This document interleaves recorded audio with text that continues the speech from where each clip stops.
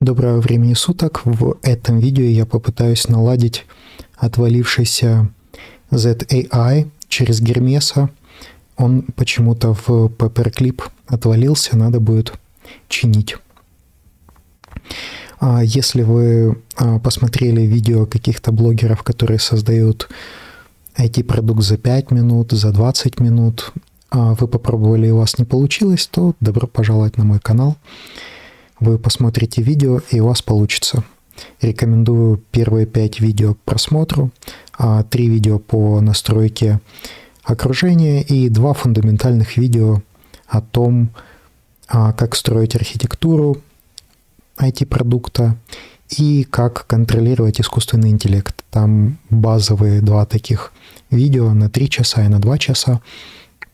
Я их рекомендую глянуть, а после них уже можете смотреть любой из плейлистов, то есть развиваться в каком-то конкретном продукте. То это база. То есть что там есть? Там получается, если глянуть плейлист, лучше просто в начало самое листануть, то здесь просто я рассказываю, как установить IDE для того, чтобы искусственный интеллект сам себя не прописывал в соавторы в GitHub, и контролировать, какие файлы он создал, потому что у меня было такое, что он работал 8 часов и ничего не сделал. То есть он просто фейковал. Здесь идет логика, архитектура, полезное видео, а здесь идет то, как экономить токены и как сохранять память сессии из сессии в сессию экономно. Да. Окей. А сегодня у нас, получается, не работает эта связка с Гермесом. Что-то тут страшное пишется. Я хочу попользоваться десктопной версией. Так, сейчас... у них вчера пропал режим Co-work. Так, как убрать боковую панель? Так, хорошо, боковую панель убрал. И теперь... можно, кстати, продолжить этот же диалог. Он у нас уже здесь есть.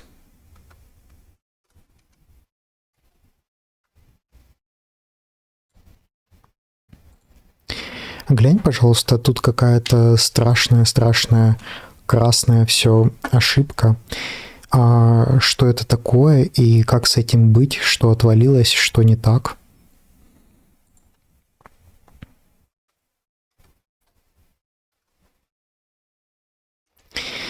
Мы пока его запустим, а я вам, рассказываю. Так, он запускает свой браузер. Да, или что это?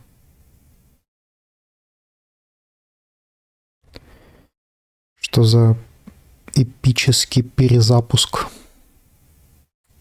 Так, сейчас натыкаю обратно, там, где мы были.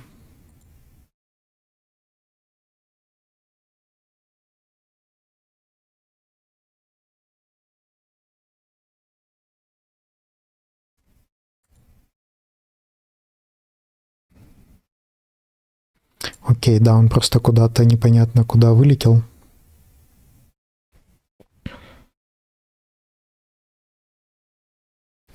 А с вами мы глянем... Я, кстати, не вижу, чтобы он открыл какое-то окно браузера, где он управляет.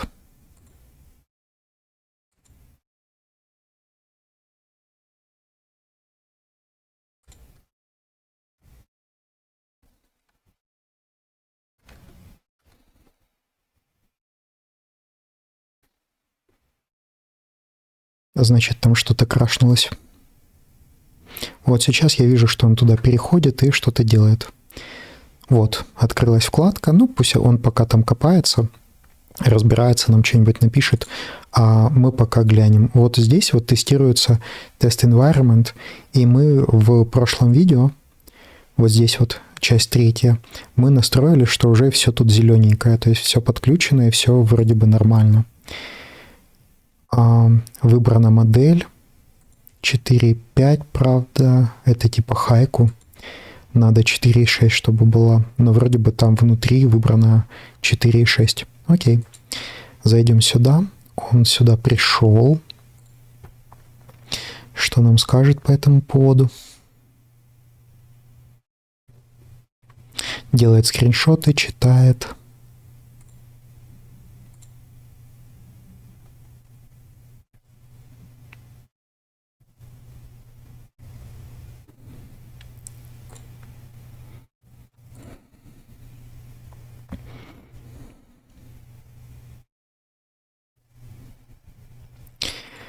Что было в прошлом видео? ZAI я оплатил месячно 3 месяца подписка.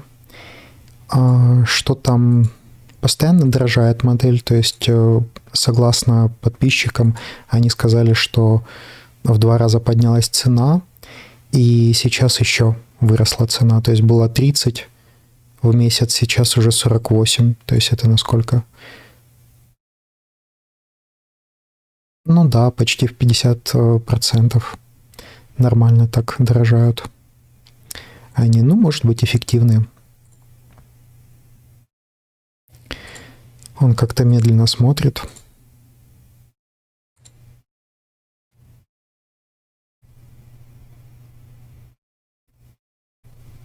Я не вижу, чтобы он что-то делал.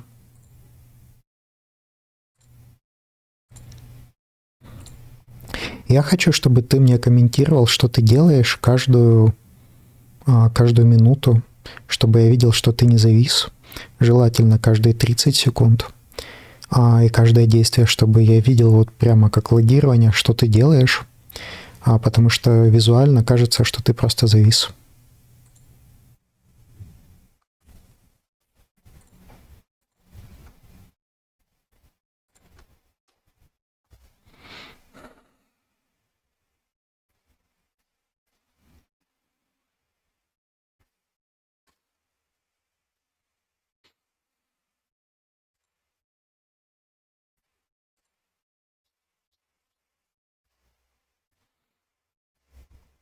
Так, а здесь неудобное представление, оно сворачивается, тут пусть он копается в полноэкранном режиме, а мы будем за ним подглядывать в таком частичном экране.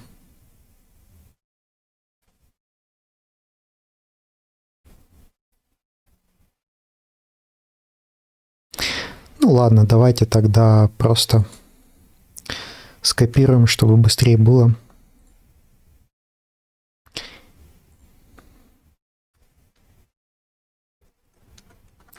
Что пишут, пока он там думает.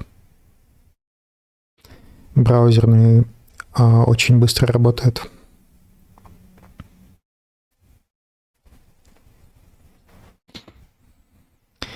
Две отдельные проблемы. Главная ошибка — последний запуск. Hermes error. Unrecognized argument. Hermes dev in AI agent employee. Paperclip формирует команду примерно так. VSL Hermes. Давайте проверим, не упало. Это у нас автоматически запустился Paperclip. Как мы это настраивали, это вот здесь указано. И нам необходимо добавить дополнительную вкладку. И в ней мы напишем Hermes. И попробуем запустить. Вообще запустится что-нибудь или нет. Ошибки не выдал. Запустился Hermes агент. То есть он сработал. Версия видна. Да, версия 4.5 Flash. Надо будет поменять на 4.6. И вот чат. Создай.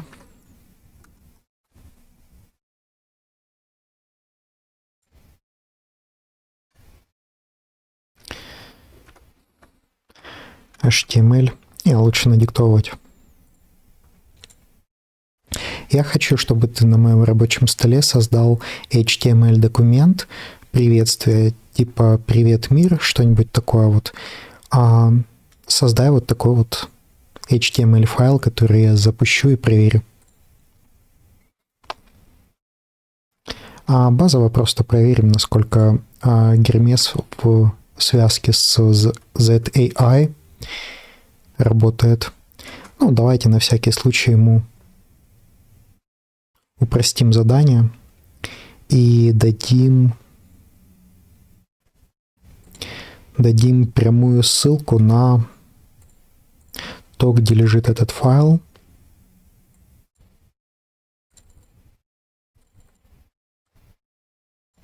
Чтобы не запутался, потому что у меня больше одного юзера. Так, где это у нас? Здесь, да? Окей, Enter. Ну и попробуем, что он скажет. Мне ZAI сказал, что применятся мои лимиты, начиная с завтра. Но мне кажется, что там есть какое-то количество бесплатных запросов. И, по-моему, для GLM 4.5 там их вообще целых 10 запросов бесплатных. Я не знаю, входит ли запрос на создание кода туда или нет.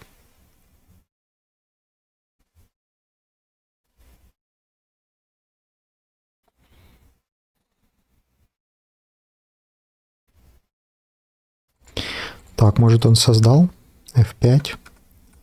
Я не вижу, чтобы он что-то создал, и я не вижу никакого ответа.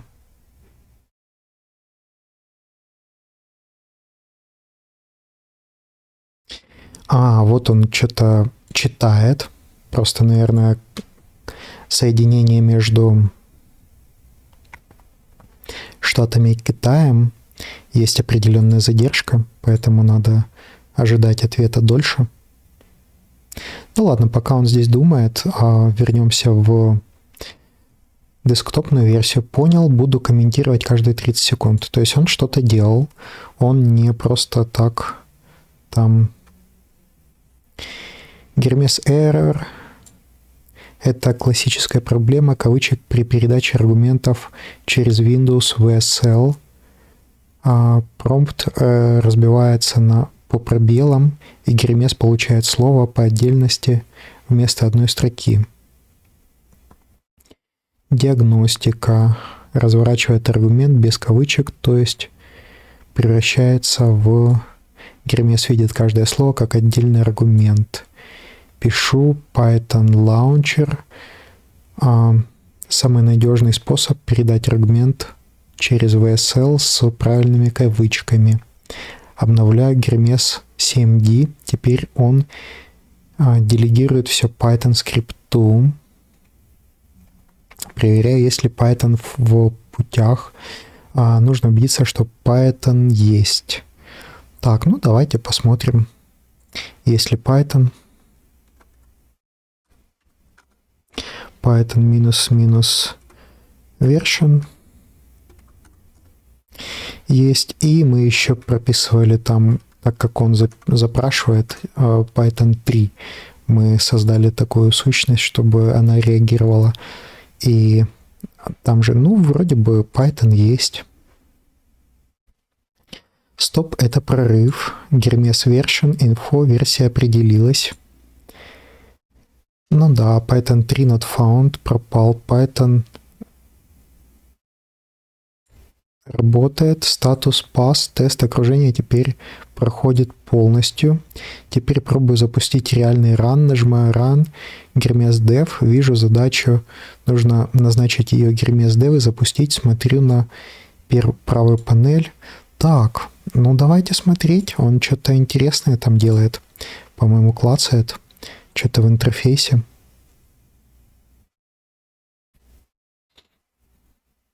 Он говорит, что задача выполняется.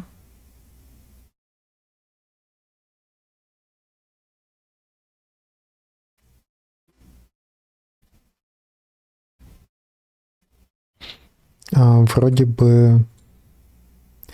Да, получается, у нас идет задвоение задач. С одной стороны, мы что-то там ему дали задачу прямо в терминале. Реагирует, ну, по сравнению с Cloud-кодом супер медленно. То есть я привык, что реакция от клауде мгновенная, ну, то есть там, я не знаю, там 2-3 секунды. Здесь, ну, наверное, минута. Но если мы будем использовать по-умному через Paperclip в автономном режиме, то нам, в принципе, все равно. То есть мы ушли, а он и работает себе. То есть даже если медленные запросы, то нас это все равно устраивает.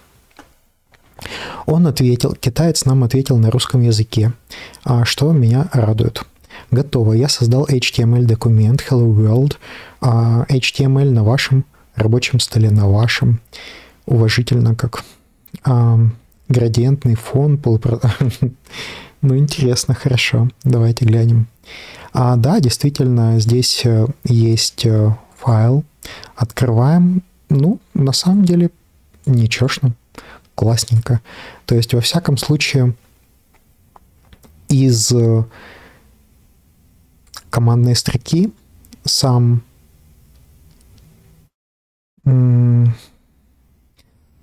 Гермес с ZAI работает.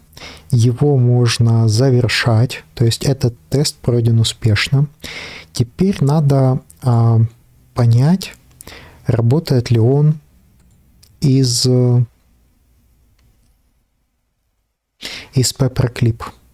Здесь он падает, а он его пытается постоянно перезапустить. Так, давайте тогда уже читать дальше, что он тут хочет делать. Страница снова черная, это означает, что React приложение падает именно на странице Run. Давай посмотрю ошибки в консоли. Страница нормально загрузилась, черный экран, это просто флуктуация рендеринга при загрузке. Так, давайте самый конец читать.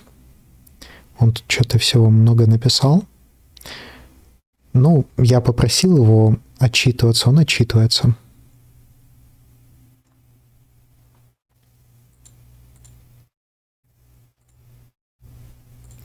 Давай с тобой пообщаемся. Вот ты запускаешь задачу. Какие у тебя гипотезы, которые ты пытаешься проверить? Потому что я вижу, что он просто запускает,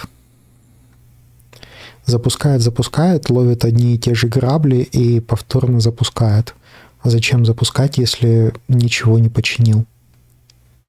Надо же что-то поменять.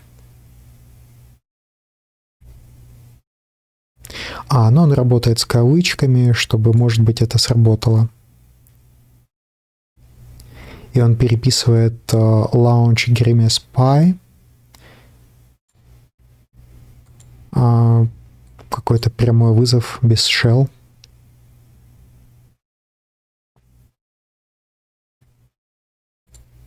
Так, он что-то много написал. Хороший вопрос, давай поговорим честно. Что я вижу? Каждый ран падает с одной и той же ошибкой. Ну да. 3 гипотезы, которые я проверял. Ну хорошо, то есть у него есть гипотеза, которую он проверял. Мне это нравится. Батч-файлы разбивают промпт по пробелам. Я проверил, заменил VSL Hermes на Python скрипт. Ошибка та же. Гипотеза 2.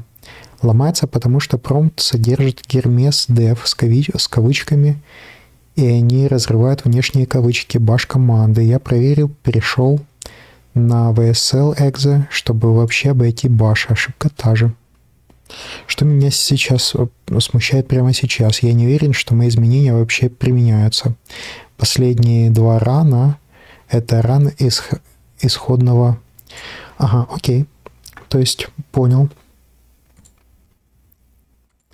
Да, хорошо, что мы пообщались. Ты знаешь, я пронаблюдал такое, что сам Paperclip имеет такой баг-ошибку.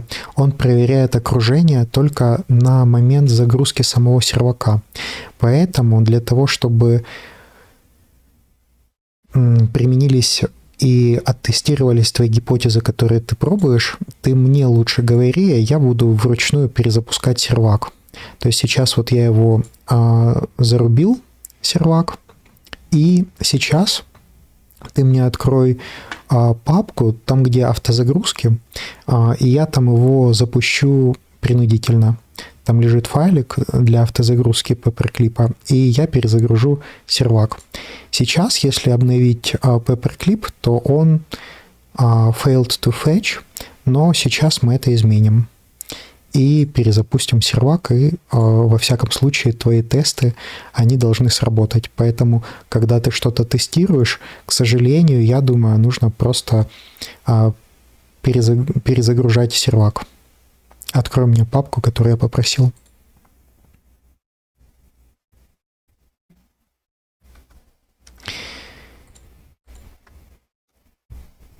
Так.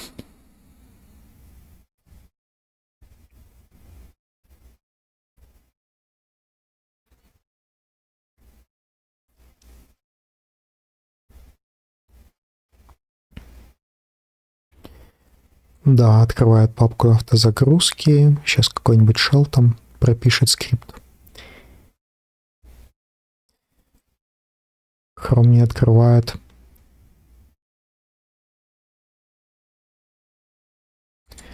Так, WinR, Shell Startup, окей. И вот он наш Paperclip. Мы его запускаем. Need to install the following packages.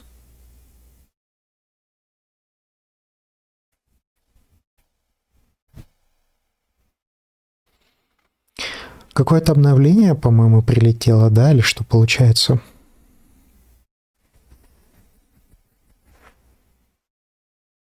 Ну, приятненько на самом деле.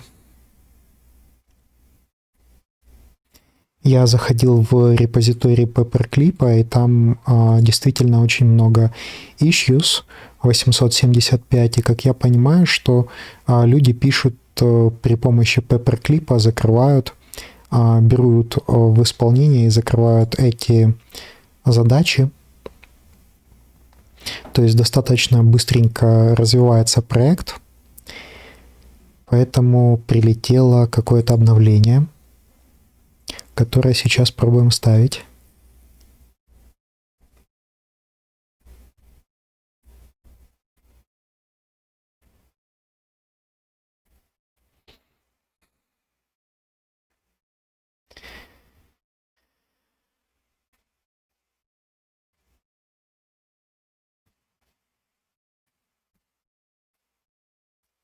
Вроде бы все обновилось.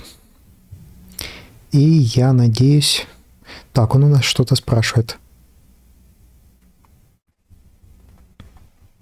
Давайте все вот это скопируем и спросим у яишки, что нам делать. Самое быстрое это в браузере. Жми Y. Это штатное обновление схемы базы данных при апгрейде до новой версии. Хорошо. Одобряют.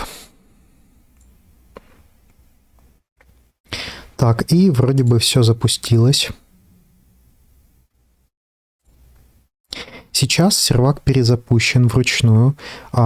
Можешь попробовать те задачи запустить, сработали ли твои корректировки, которые ты делал.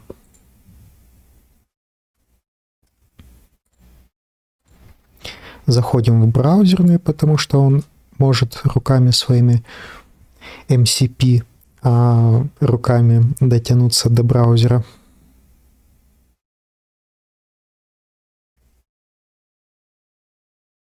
Так уже поднялся сервак, чего он ждет?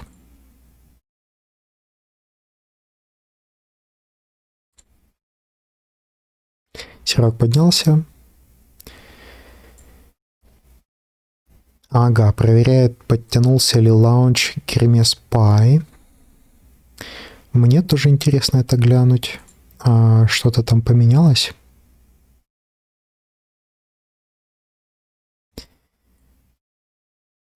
Так, было.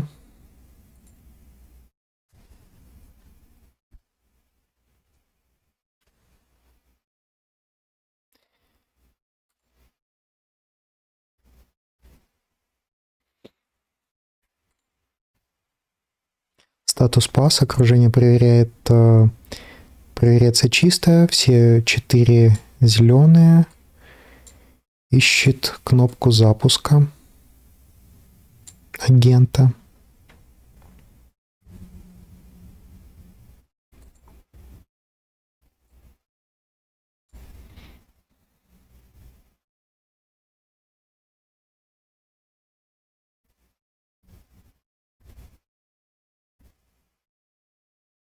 Я, кстати, не помню, что за задача, по-моему, какая-то базовая, тоже там создать файл или что-нибудь такое.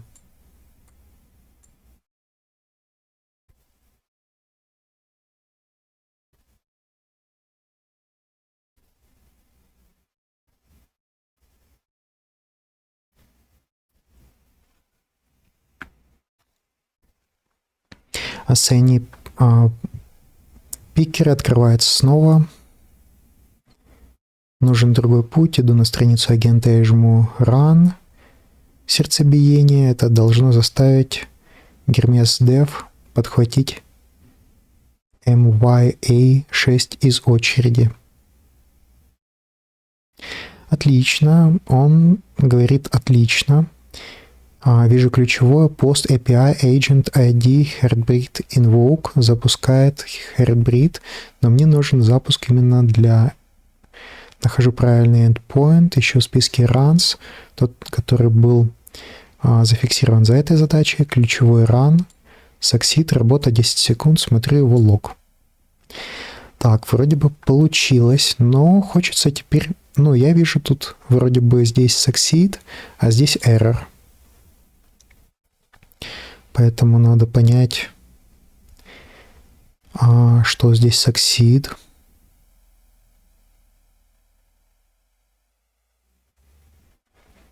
Здесь, во всяком случае, уже запускается версия 4.6, хоть написано 4.5. Мы в видео там прописывали это вручную. Так, он пытается запустить новый run.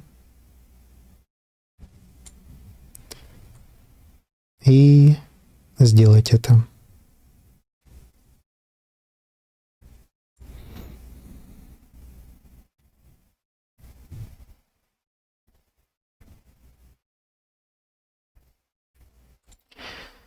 Так, пиши мне, пожалуйста, на русском.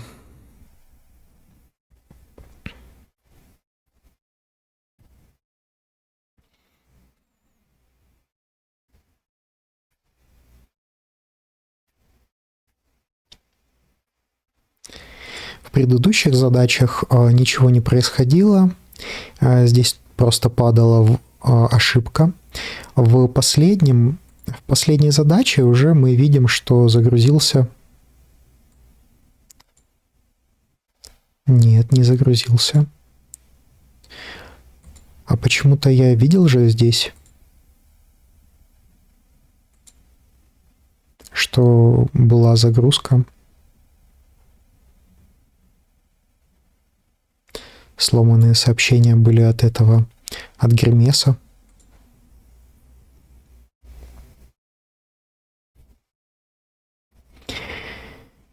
Все прямые API пути не работают. Попробую через переназначение, сниму Hermes Dev с задачи, поставлю обратно. Это должно запустить новый assignment run. Первоначально переназначение сделаю, проверяю. Да, вот здесь вот же было succeed.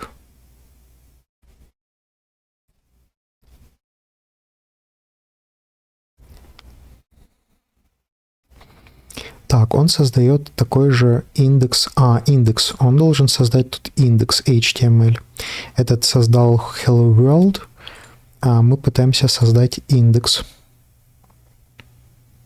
Так, мы здесь.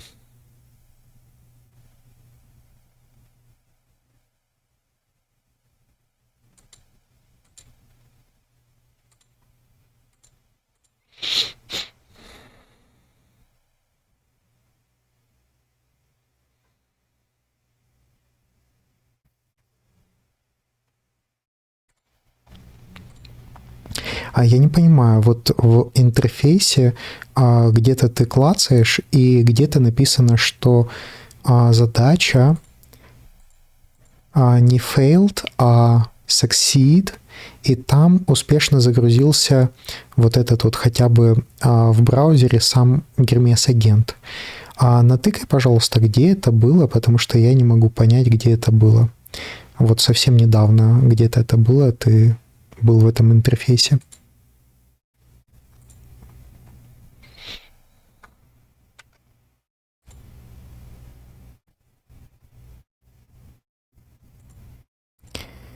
Давай.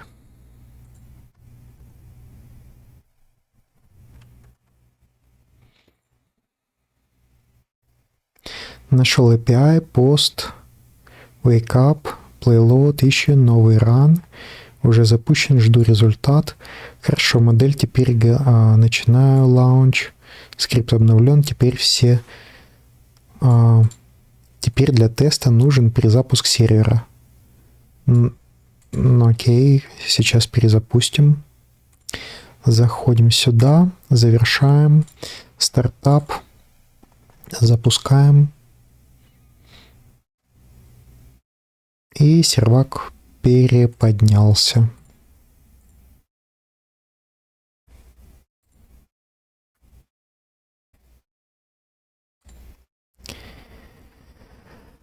Тот succeed run — это номер задачи, страница черная, но визуально баг скриншота, страница реально загружена, обновляю. Скриншот у инструмента на этой странице постоянно черный, это баг скриншота, но данные на странице есть вот что succeed run, это run, агент запустился, но не выполнил задачу, потому что промпт не дошел, Hermes ждал ввода в интерактивном режиме и вышел.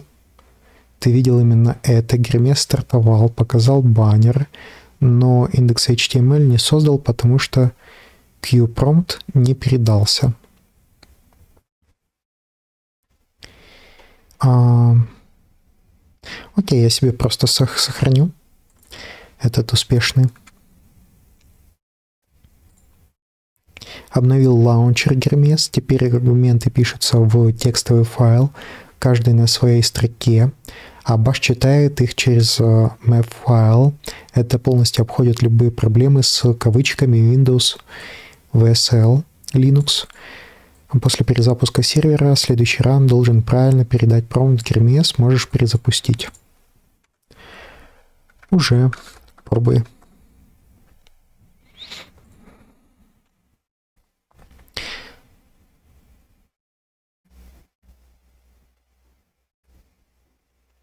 Так, он перезагружает.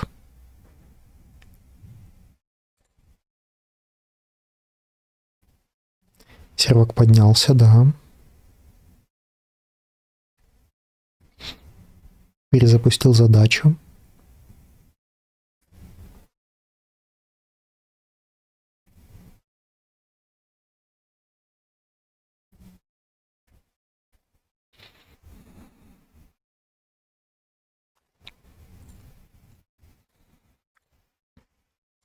Смотри, почему я обращаю твое внимание конкретно на вот эту задачу.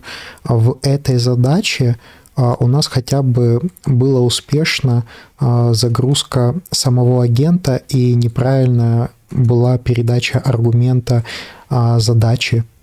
Но хотя бы связка с самим Гермесом сработала корректно, а сейчас связка даже с самим Гермесом во всех этих задачах работает некорректно. Поэтому давай работать поэтапно.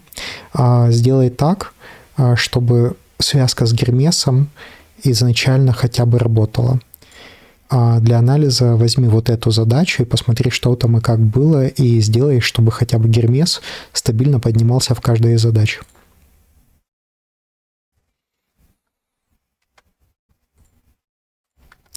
Так, ну и мы забросим вот это, чтобы он работал. Ждет выполнения. Да все уже упало с ошибками. Краснючее все.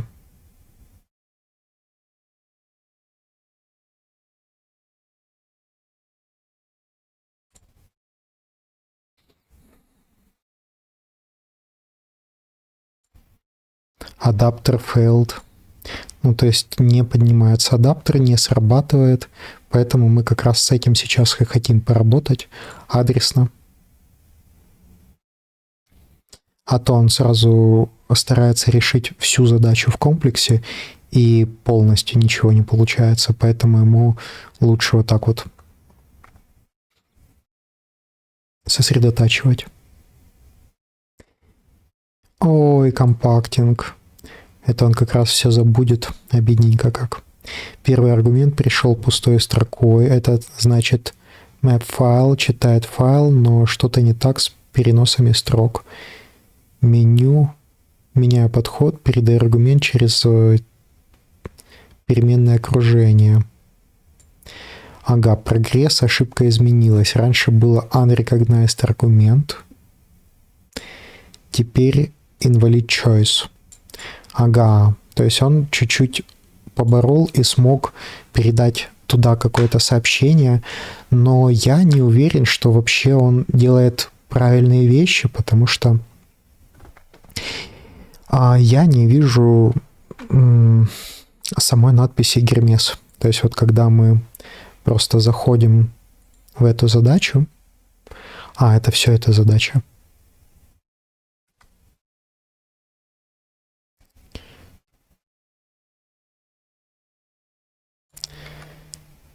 Получается, ему надо скидывать вот так вот.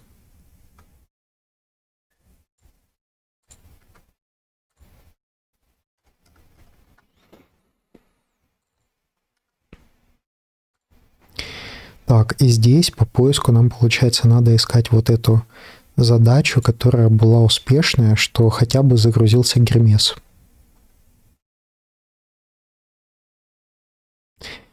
Пытаюсь отловить одинаковое или... Да, разное.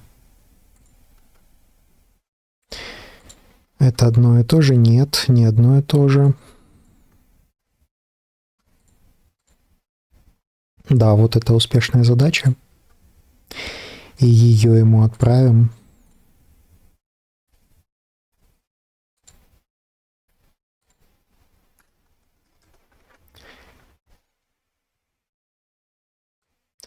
И скопируем вот это сообщение, потому что оно полностью правильное, просто мы ссылку неправильную дали.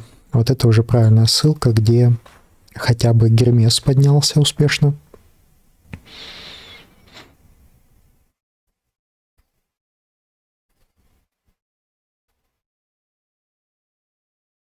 Но здесь вот уже неправильное сообщение было передано, поэтому оно не подтянулось.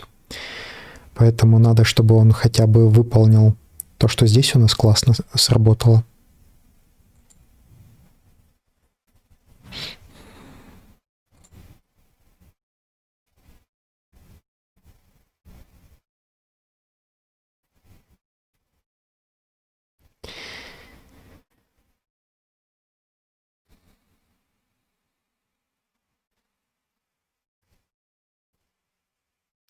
Анализирует нашу задачу. Да, это она. И смотрит, что там так, что не так.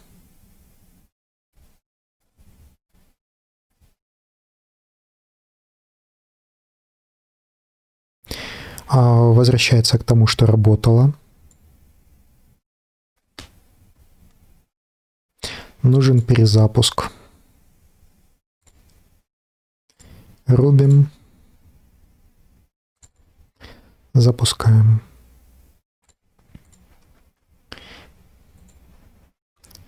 Готово.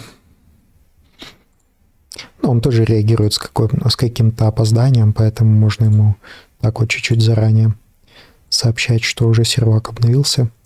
И идем в самое начало. Здесь у нас все краснючее, а падает, даже не поднимается сам Гермес, который у нас развернут, который сам работает на Linux.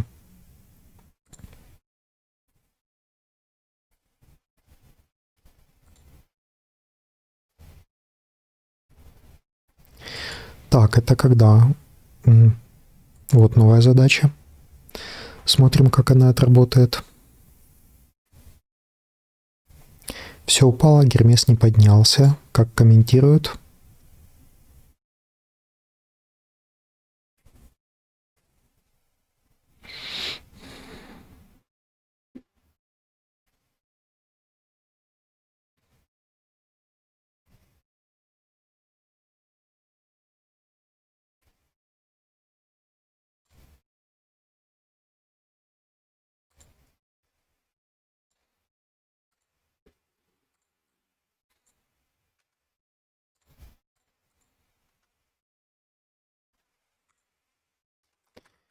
Почему вот этот сработал и поднялся Гермес?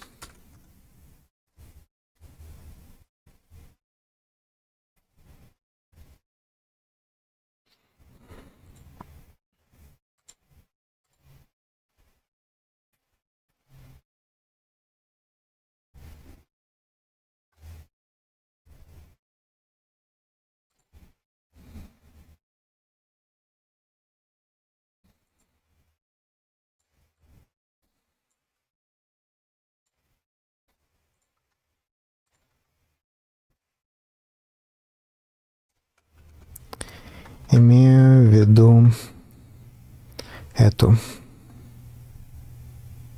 Как-то там добавляется дополнительное подчеркивание, и уже я не могу сюда перейти. А тут же нету дополнительного подчеркивания, оно здесь добавляется. И в результате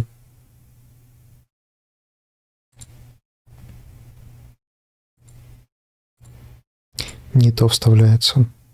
Здесь корректно открывается. А если здесь экранировать каким-то таким вот знаком, корректно ли тогда вставится?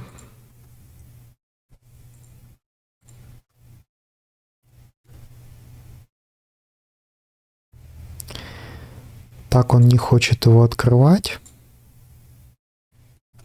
Но во всяком случае, может, опять добавляет какие-то служебные символы, которые открывают не то. Может добавить в кавычки, чтобы это было просто текстом.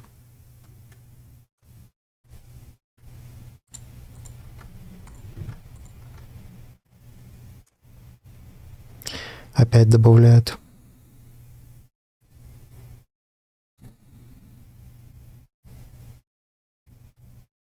Он что-то делает свое.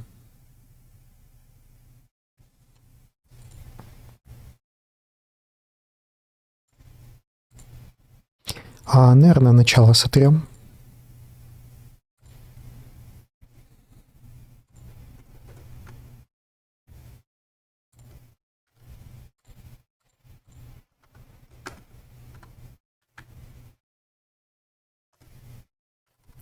Открою эту задачу. Почему тут успех?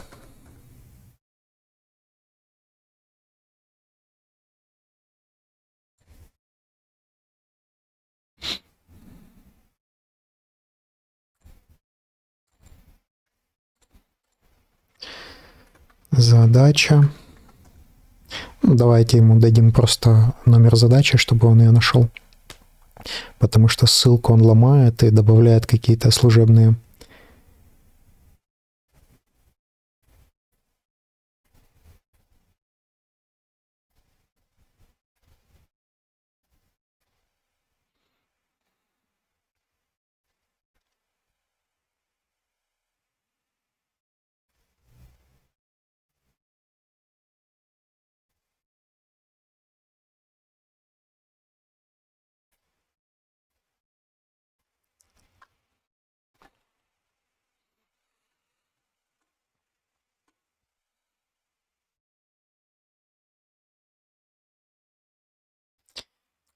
Ну, и, может быть, соединим вместе.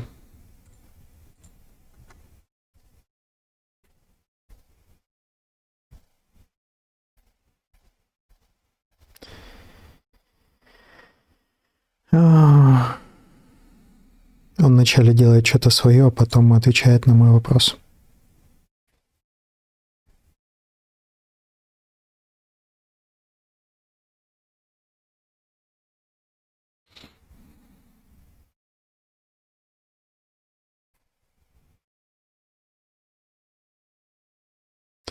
Наш искусственный интеллект нас игнорирует.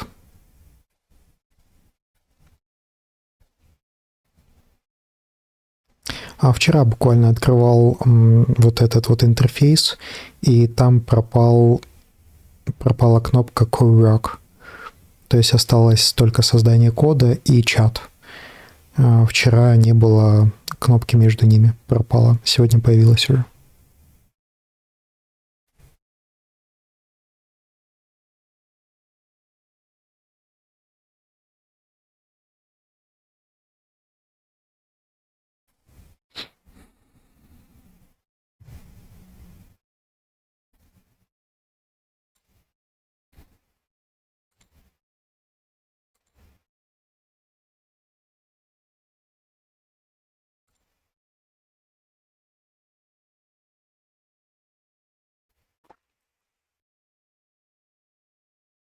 Так, раздумывает. Я пока прерву запись. Пусть он думает, когда он уже что-нибудь напишет интересное, то... Нашел ключ. Вот что происходит. Строка такая-то. Правильно делает для экранирования. Ну, наконец-то он пришел сюда в успешную задачу и смотрит, что здесь было сделано.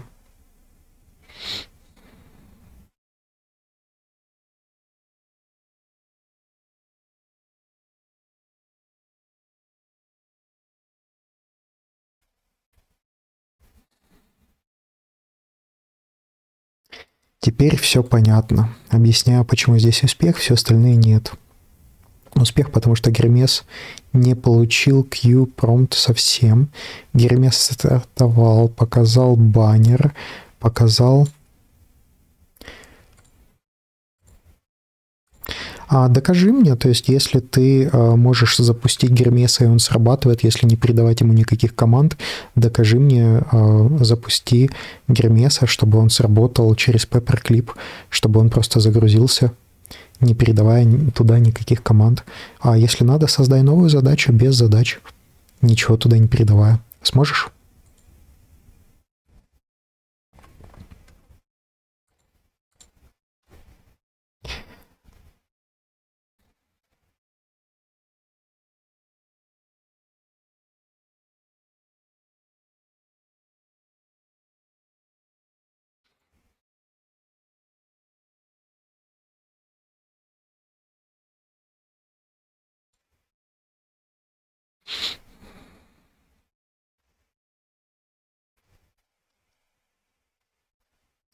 Ну да, нам, в принципе, именно сам Гермес отдельно не так интересен. То есть, да, окей, мы его запустили, он сработал. Вот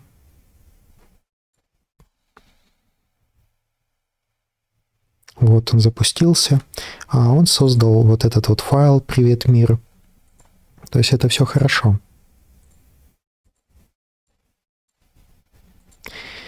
Но он нам интересен именно внутри, под управлением каких-то там замудренных директоров компании с нулем людей.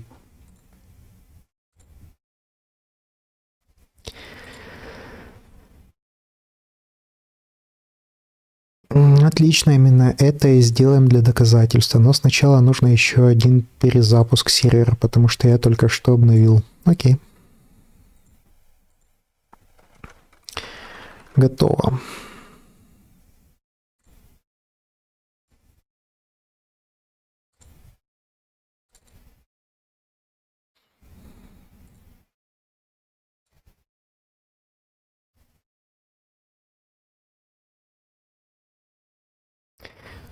Так, сейчас он попробует запустить задачу без промпта, и мы оттестируем, действительно ли поднимается сам Гермес.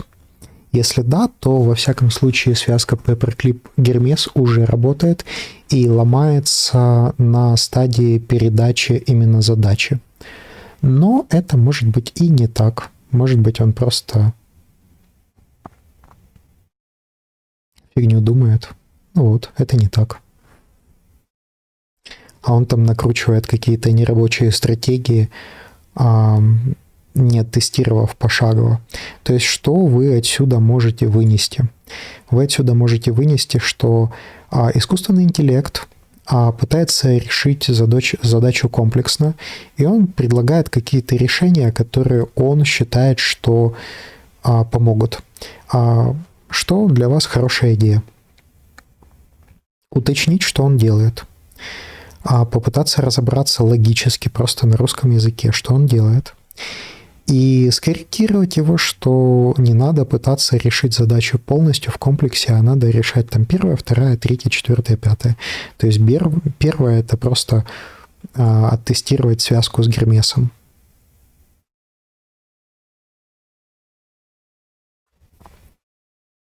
Хотя последний запуск был 11 минут назад, и он только что запустил новую задачу. Сейчас посмотрим, работает связка с Гермесом. Может, я на него зря наехал. Да, зря наехал. Действительно, Гермес запускается.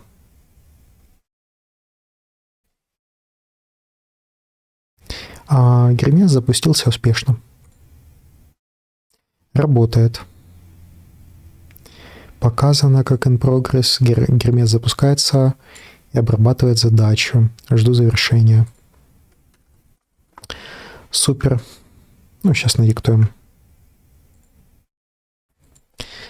Супер, значит, ты прав.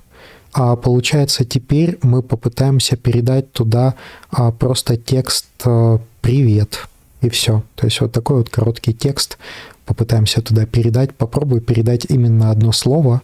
Если получится, то будем уже усложнять задачу дальше. Исходя из того, что мы логировали все, что он делает, и исходя из того, что мы не ленились и читали все, что он делает, то мы сделали вывод, что есть сложности с переносом строк, и есть сложности с экранированием пробелов при перекидывании сообщения из Windows в виртуальный Linux внутри винды. Поэтому, если это так, что действительно проблема только в пробелах, то получается, если передать сообщение просто без пробелов, одно слово, это будет хорошая проверка, в правильном ли русле он вообще работает. Нужно ли именно работать над разбивкой строк и над экранированием пробелов. Так, что он говорит там?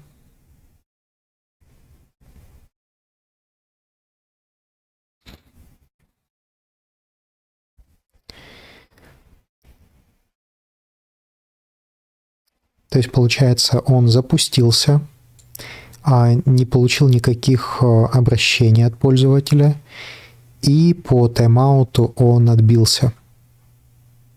То есть еще второй пункт, который можно отслеживать, это тайм-аут отбития. Ну, хотя нет.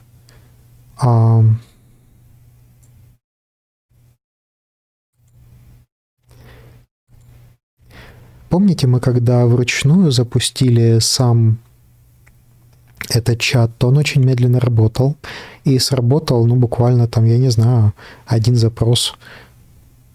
По ощущениям было минуты 4 где-то. А здесь, может быть, отбойник стоит там минута или там 3 секунды или что-то такое. Он думает, что ничего не готово. Давайте посмотрим, что тут. Зеленый, чекмарк, успех. Гермес запустился. И транскрипт 65 сообщений. Смотрю, что он сделал. Че, правда?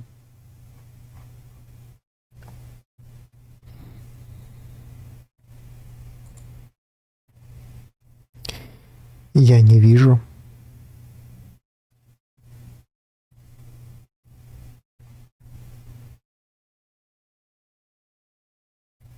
Так, обновим.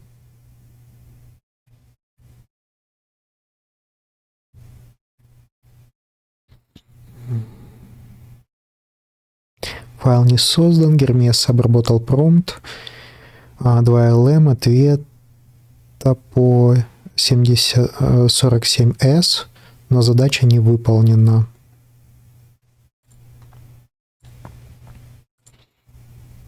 Я выше попросил тебя провести тест, отправить ему одно слово «привет». Для этого, я думаю, нужно просто создать новую задачу, если здесь это нельзя скорректировать, или скорректирую задачу внутри этой задачи. Хотя, может быть, просто вручную, да, натыкать там все. Но просто он запутается тогда, на какой стадии мы.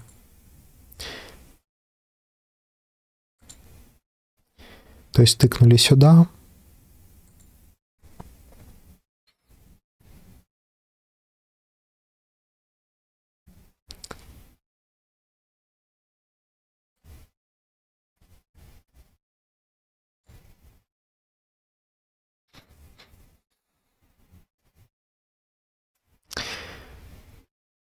Может быть, адрес неправильный.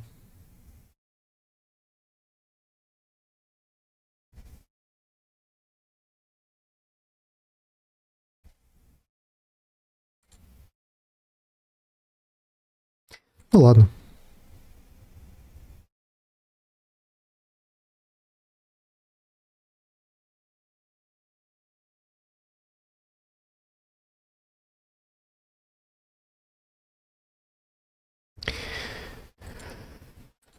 Ну вам для понимания, у меня интернет быстрый. И пинг маленький, то есть буквально подключено все кабелем напрямую. То есть то, что он там как-то не так быстро отвечает, это он действительно думает. Давайте я его остановлю и запущу конкретно на то, что нам нужно. То есть у нас уже есть понимание, что сам Гермес поднимается и работает. Теперь я хочу, чтобы была создана новая задача, и Гермесу, чтобы передали просто одно слово. Чтобы понять, ломают ли пробелы и энтеры или нет. Или дело не в них. И даже одно слово «привет» сломается и не передастся. Может быть, ему надо логику объяснить. А какая у меня логика, когда я поручаю тебе? Выше я почитал, что ты экранируешь пробелы и работаешь с переносом строк, которые все ломают. И для того, чтобы понимать, правильно ли твоя гипотеза, что именно в этом кроется вся проблема, то я предлагаю передать в задачу всего лишь одно слово «привет». Чтобы посмотреть, передастся оно или нет.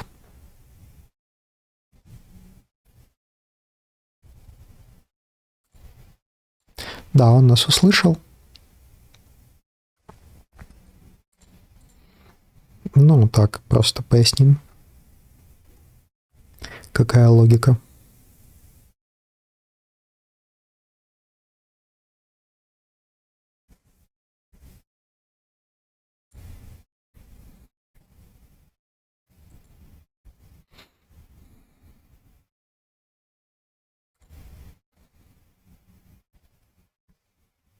Создает задачу «Привет». Так, давайте посмотрим, как он создает задачу.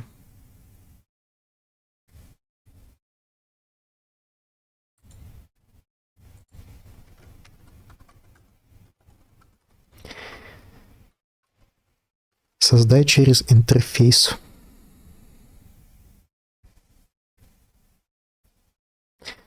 Так, он просит перезапустить сервак.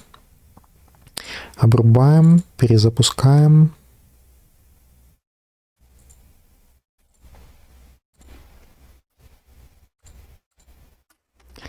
Сервер перезапущен.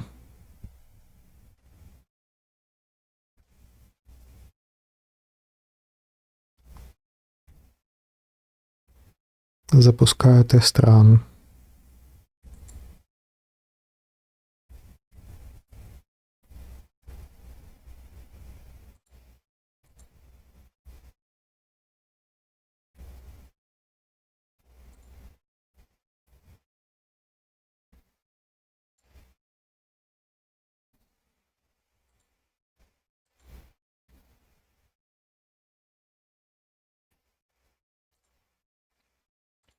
Натыкай в интерфейсе, чтобы я видел, что происходит, потому что я слежу за интерфейсом. Мне интересно и важно смотреть и давать тебе обратную связь.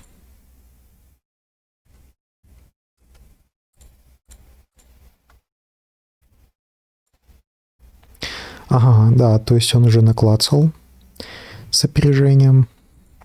Получается, вот эта задача, которую он запустил.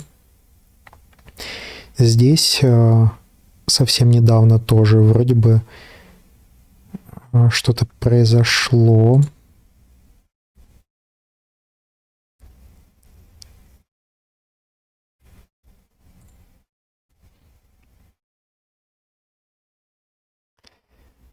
Окей, будет работать в интерфейсе.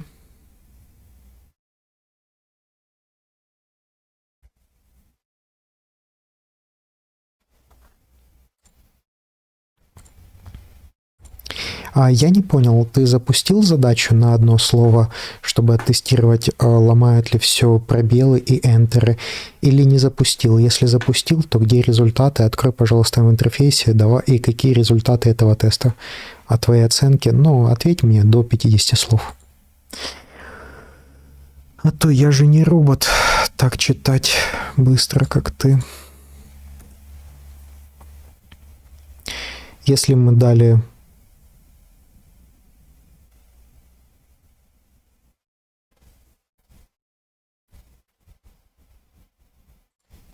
задание, хочется проконтролировать, какой был результат.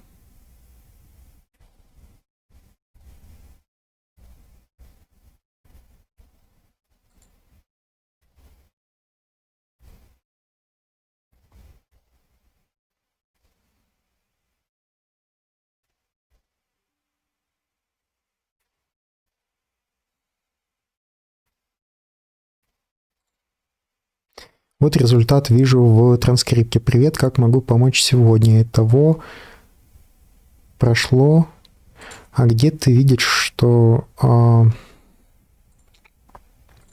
Я не вижу. Вот я смотрю в интерфейсе, и я пытаюсь понять, где наш запрос. Привет. Я вижу ответ, но я не вижу нашего запроса. Почему ты считаешь, что наш вопрос прошел? Как ты определил, что он прошел? Если есть только один привет на странице, этот привет – это все только ответ искусственного интеллекта. Как ты понимаешь, что запрос прошел? Если задача стоит в выполнении MYA-6, где написано «создай индекс HTML», почему ты считаешь, что ты передал только одно слово «привет» в эту задачу?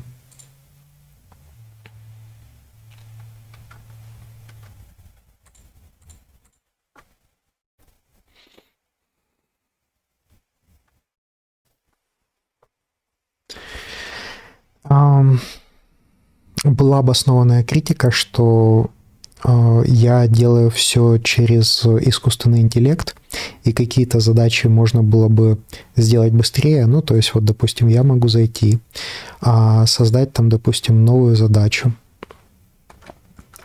тест, и описание «Привет». Да? Назначить... Где у нас issues? Назначить здесь исполнителя.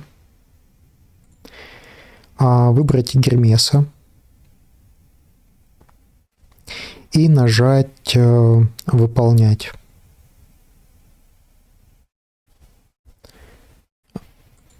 Send.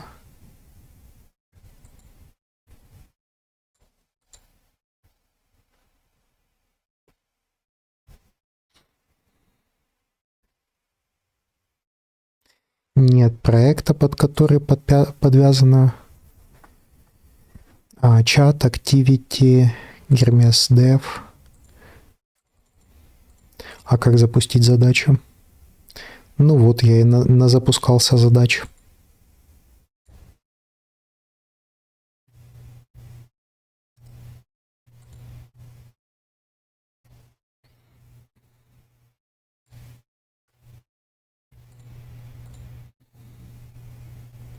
Справедливый вопрос, почему, смотрю логику, в транскрипте Paperclip видно только вывод Гермес, но не то, что было передано. Ты прав, из UI напрямую не видно.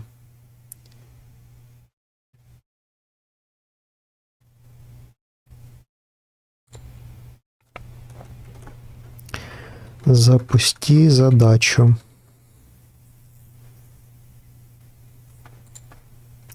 Через интерфейс.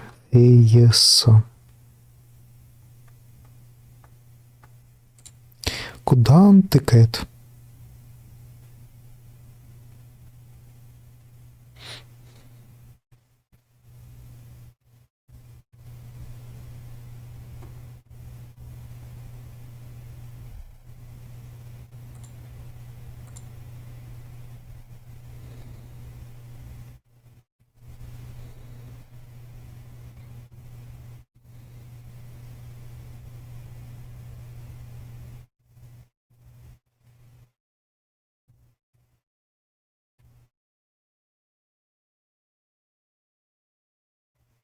Он как-то по-другому зашел. Он, по-моему, зашел вот сюда, вот в Гермеса.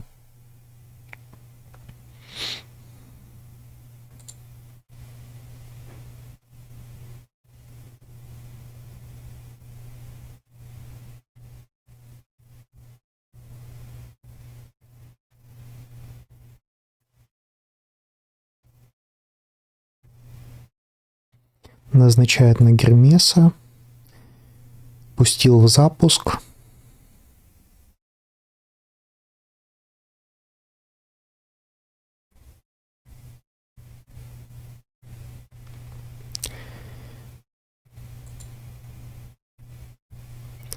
Запустился агент.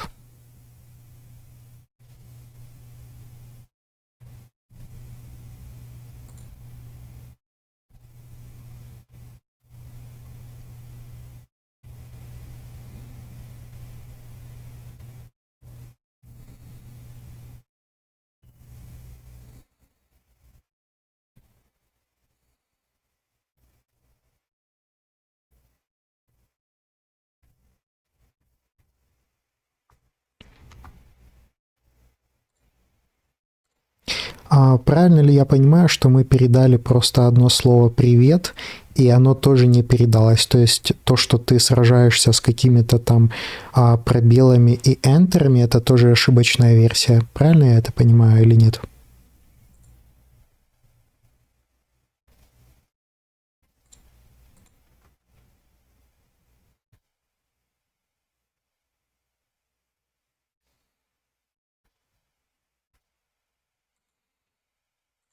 Он думает, что запустит еще один запуск и что-то сработает лучше или по-другому.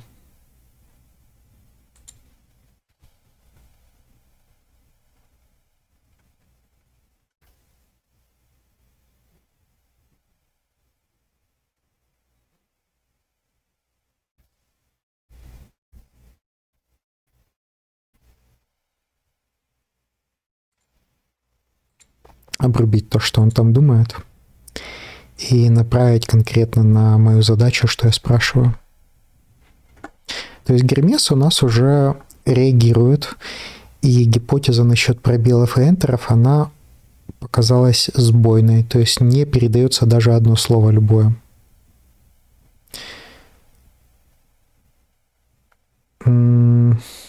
Сейчас мы перезапустим задачу, чтобы она была по-другому, чтобы она была не «привет», а чтобы она была «хай». Может быть, проблема просто с русским языком?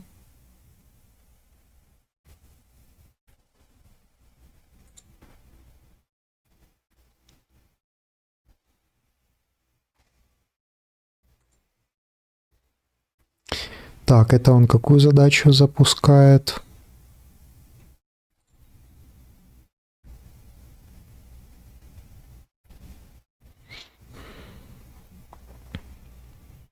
А задачу какую запускает?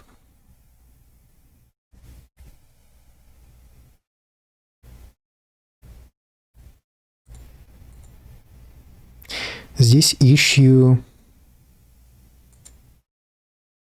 мы уже изменили, то есть если мы запустим заново эту задачу, то запустится вот этот наш hi вместо привет. Нет, понимание неправильно, объясняю четко. Run, это был тест с привет, он сработал. Гермес ответил привет, как я могу вам помочь сегодня. Я это показал выше. Run, который ты запросил, уже другой код. Я восстановил API Fetch версию до того, как ты попросил запустить. Там нет ответа, потому что API Fetch, вероятно, не получил из environment задачу запустить через assignment. А Гермес в интерактивном режиме без промпта. Итоги.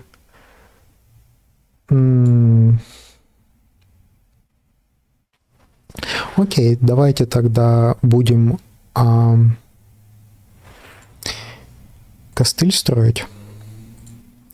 Давай еще раз, то есть ты говоришь, что проблемы именно в энтерах и пробелах между словами. Я правильно тебя понимаю? Ты не можешь их экранировать и правильно передать, чтобы они передались правильно. А в этом задача. Просто ответь на мой вопрос где-то там за 20 слов. Я думаю, у меня есть идея, как это можно побороть. Мы просто поставим какие-то разделители вместо пробела для искусственного интеллекта. Это не проблема, то есть он будет понимать, что там нет, проблема была в кавычках внутри промпта Hermes Dev, которые ломали 7D exe. Проблемы и переносы строк не проблема.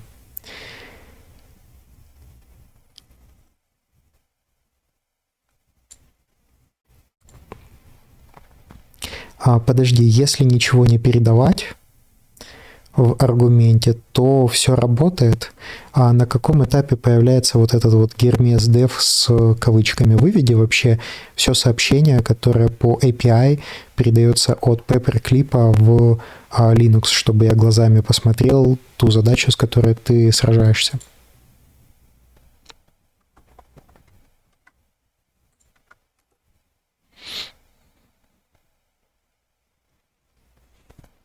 Получается, если действительно он уже поборол, нелогично.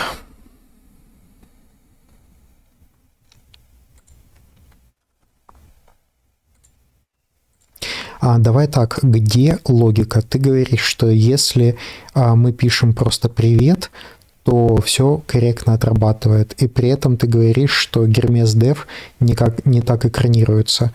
Это нелогично. Hermes Dev с кавычками и там есть, но вот само сообщение «привет» проходит, а если другое сообщение, то не проходит. Ну, то есть какой вывод? Значит, Hermes Dev в кавычках не имеет никакого значения, правильно? Ответь до 60 слов.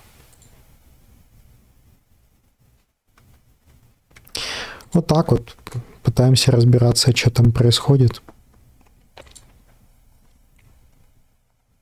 Так, покажу точный промпт. Сначала получу содержимое. Вот полный промпт, который JS строит и передает как Q-аргумент в Hermes. Это именно то, с чем боролся 7D exe. You are Hermes Dev, an AI agent employee in Paperclip managed company. Imported use terminal tool with curl for all Paperclip API calls web extract and browser cannot access localhost. Твой идентификатор, агентное имя, компания,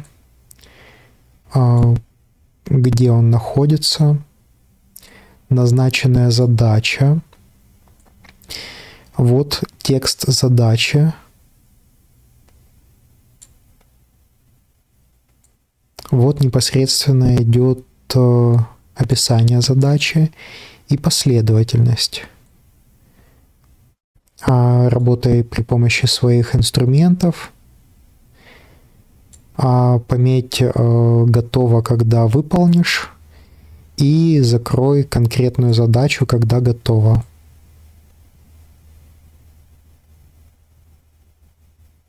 напиши, что готово, напиши комментарий в соответствующей задаче, когда готово. Где ломалась первая строка. You are Hermes Dev, эти кавычки вокруг Hermes Dev, когда это уходило через CMD как аргумент. You are съедал кавычки как отдельные слова.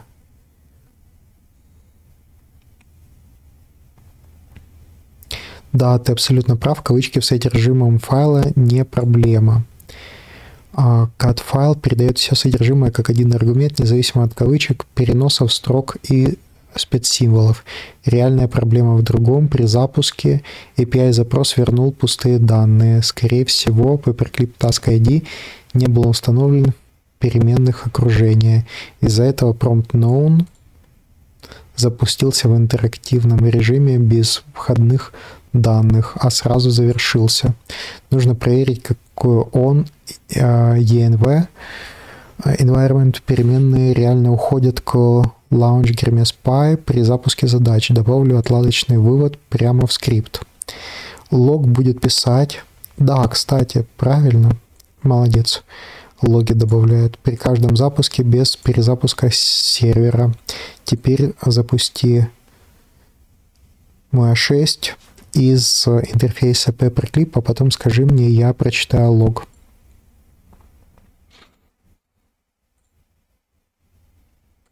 Ты знаешь, это очень хорошая идея логировать все, ну и, допустим, я не знаю, там выводить или сохранять файл. Ну, желательно, чтобы я тоже видел логи, может быть, я что-нибудь подскажу интересное, хорошее.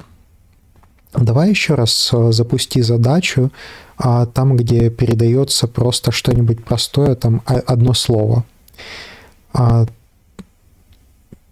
Давай вернемся к вот этому тесту. То есть у нас уже Hermes запускается. Когда ты говоришь «запустили привет», он ответил «привет». Чем могу помочь? Да? Вот давай еще раз мы сделаем такой же тест из интерфейса. Натыкай задачу, которая будет запускать отправку всего лишь одного сообщения, одного слова.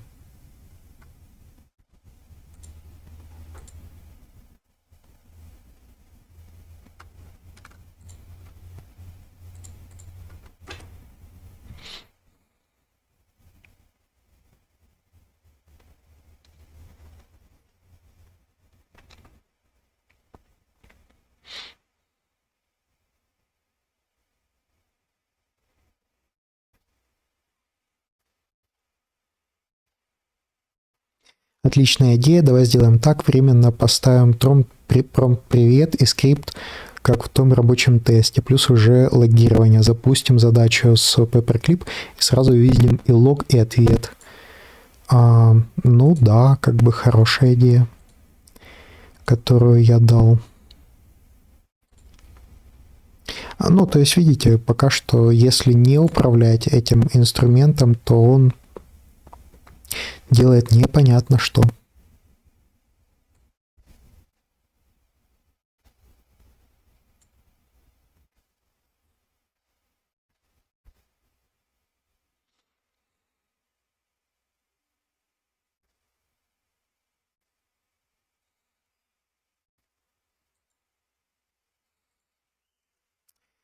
Делай все через интерфейс.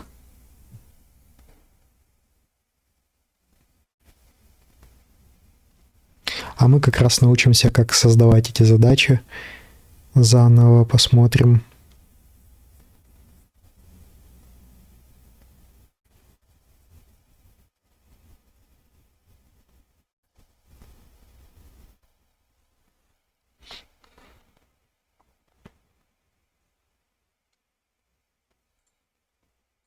А почему ты уверен, что сердцебиение запускает именно задачу там, где всего лишь один привет? Как ты это понял?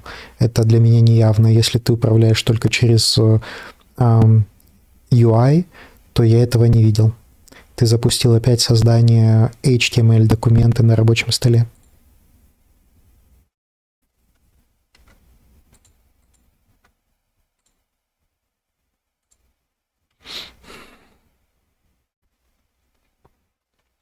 Нет, действительно, привет, как я могу вам помочь?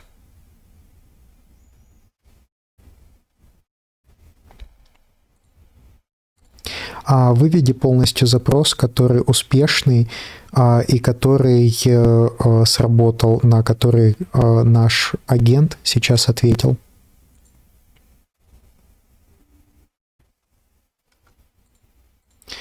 Вот, приходится аж глубоко залазить и смотреть, какими техническими данными обменивается.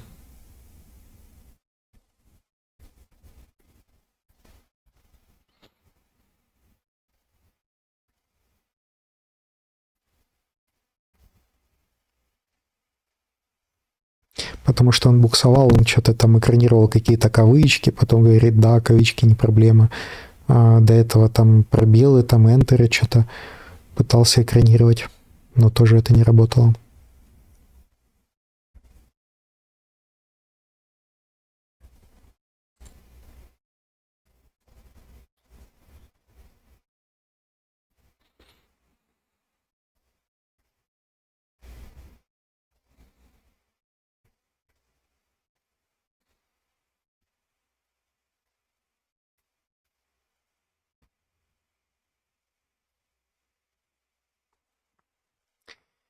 Вот полный транскрипт прогона, bash, Hermes chat, Q, каталог, Hermes prompt text T, Q, M, GLM, provider ZA,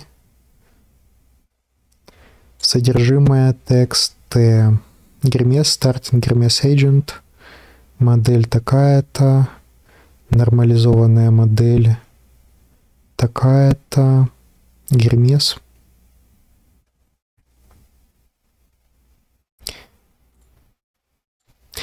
Ты меня не понял. Какой текст запроса был? Я не понимаю, я не вижу здесь. Ты мне показывал текст запроса, который отправляется в Гермес. Вот temp Гермес prompt txt. Там только привет, там же куча дополнительных данных. Выведи мне полностью, что было послано в Linux из винды. Полный текст. Все, что забросилось туда.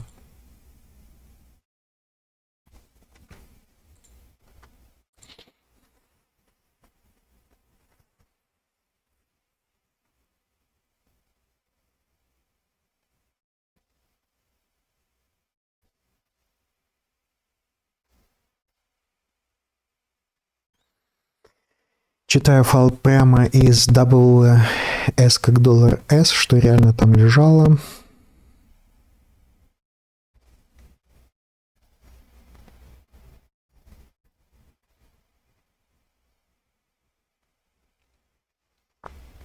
Окей, то есть в полном тесте есть все кавычки, есть переносы, есть пробелы, значит ломается не это. Ну окей, а в чем разница между запросом здесь и там? То есть здесь Гермес тоже в кавычках, есть пробелы, есть переносы строк.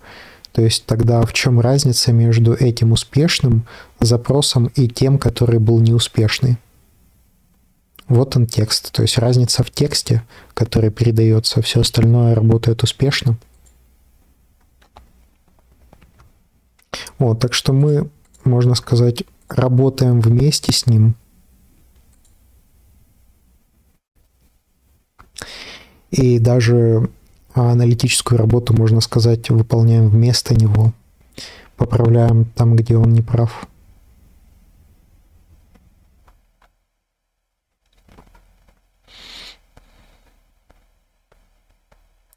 Так, где сам запрос?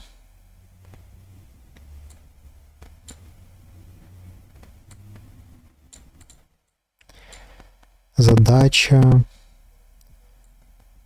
последовательность. Тут вообще ничего не передано.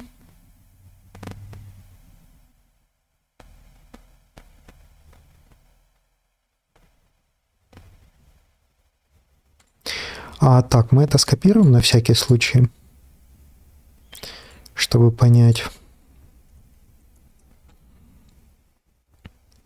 Я не вижу здесь запроса «Привет», там, где послана была задача.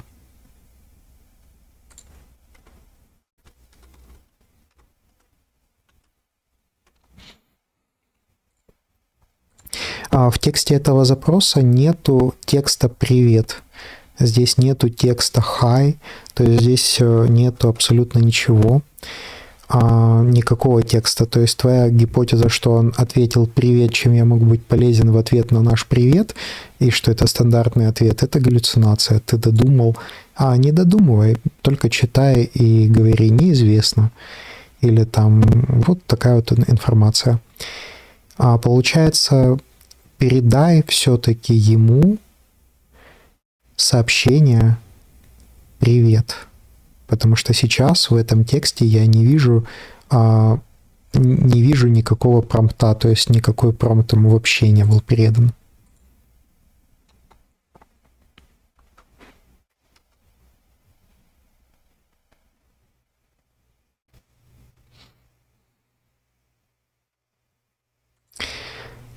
Так, он опять что-то запускает, но мы его останавливаем, потому что он делает не то, что нам надо.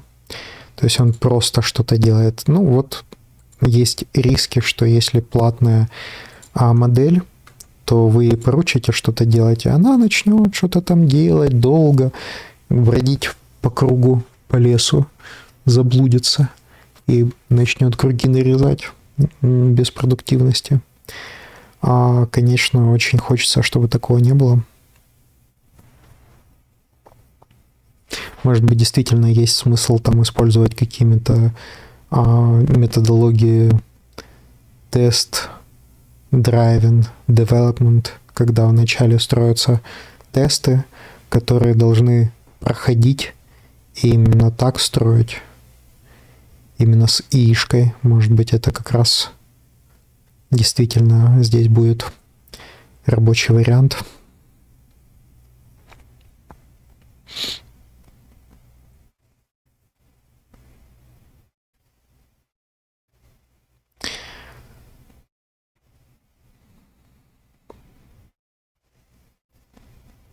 Он подтверждает, что он галлюцинировал и что он непроверенно просто что-то ответил что-то.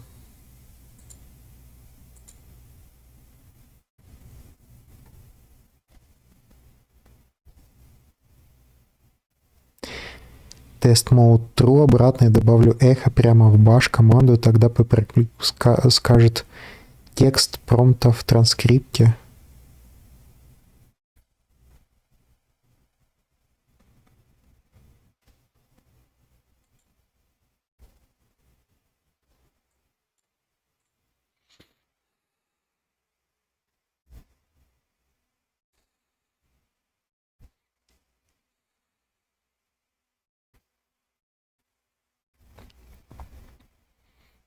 То есть он говорит, что не было нашего запроса. Ты говоришь, что в запросе, который точный, который передается из Windows в Linux, не было нашего запроса, потому что был какой-то тестовый режим, но это же полный бред. Мы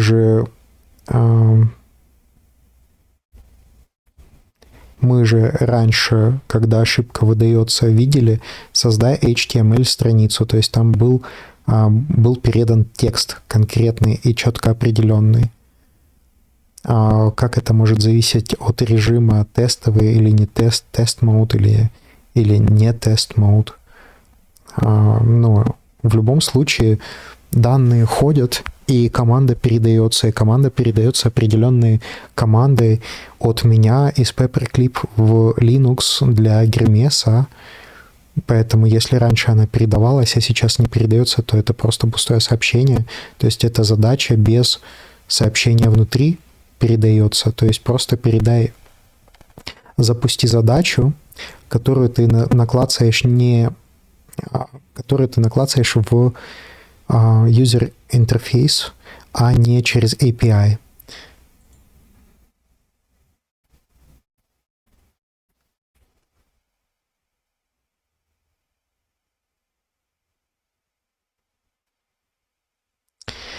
Ну, фигню всякую делает.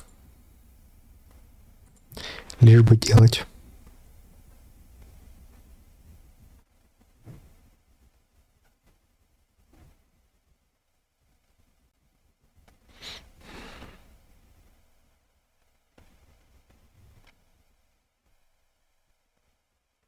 Так, нужна пауза. Мне нужно отлучиться. Прерываем запись. Продолжаем. Так, что он тут написал?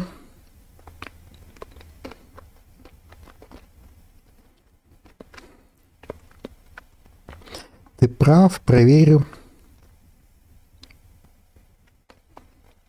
Работаю через браузер, назначу.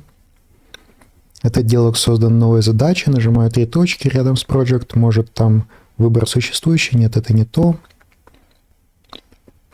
Кликаю по ней.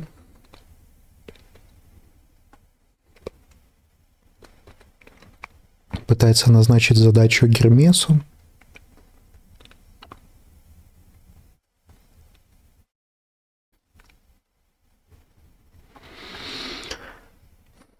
Попал на 7-ю задачу.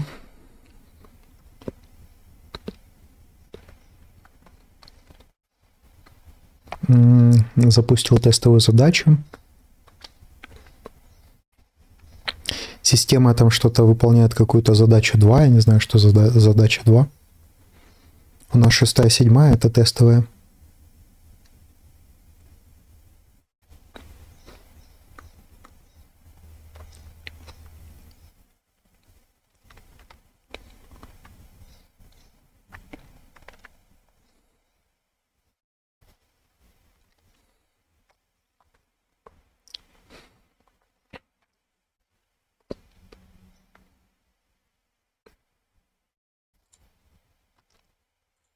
А что ты сейчас делаешь, а что я тебя просил сделать?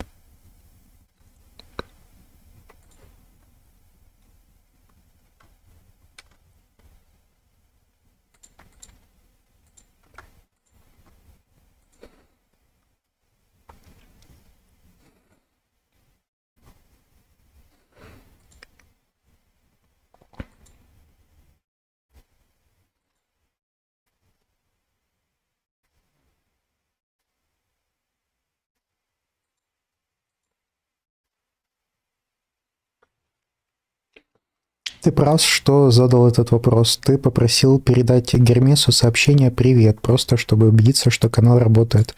И текст виден, а он создал какую-то фигню. Делай то, что я тебя попросил, а не то, что ты хочешь.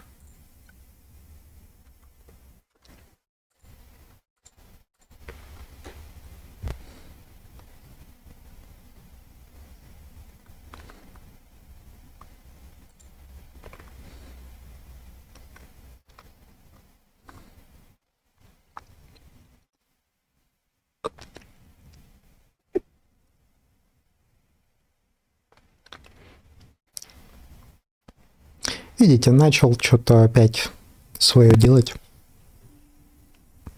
То, что не работает, запускать задачи, которые... не по цепочке идти.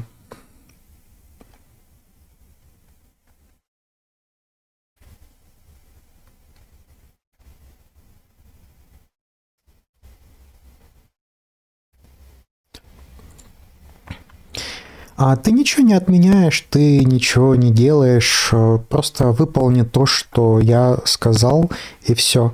Задачи сами выполняются, ты их никак не ждешь, ты просто делаешь то, что я говорю. Остальное ничего дополнительно не делай, просто выполни то, что я тебе сказал.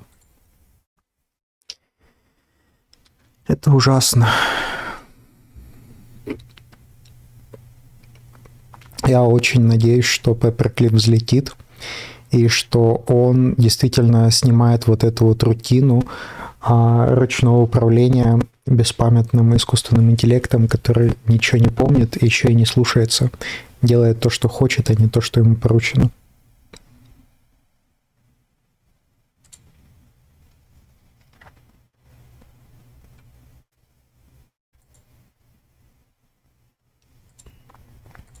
А как ты решил, что если ты нажмешь Heartbeat, то передастся слово «привет».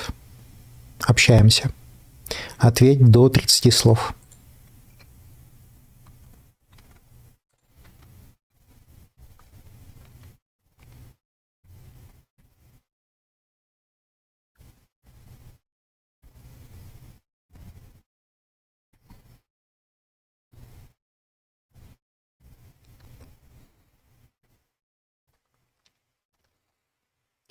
Потому что тест mode true в Launch Grimace Py жестко задает промпт «Привет». Я запрещаю тебе писать задачи в тест mode. Я запрещаю тебе писать задачи в Launch Grimace Py. Я разрешаю тебе использовать только user интерфейс внутри Paperclip. Создай задачу, запусти ее и покажи мне результат.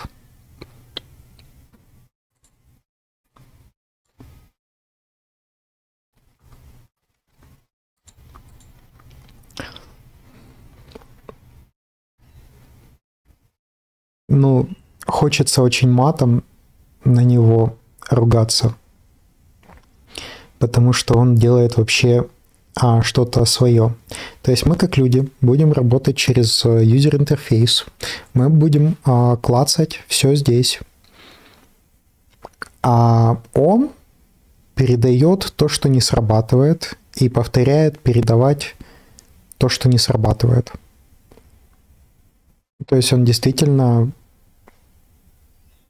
повторяет одни и те же ошибки, выполняя одни и те же действия, и не хочет делать ничего нового.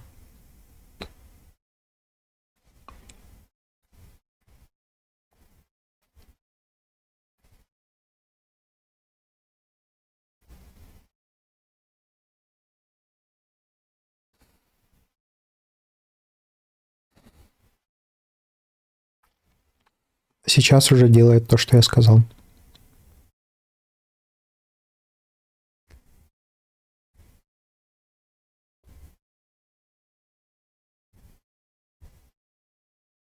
Как он запустил его в работу?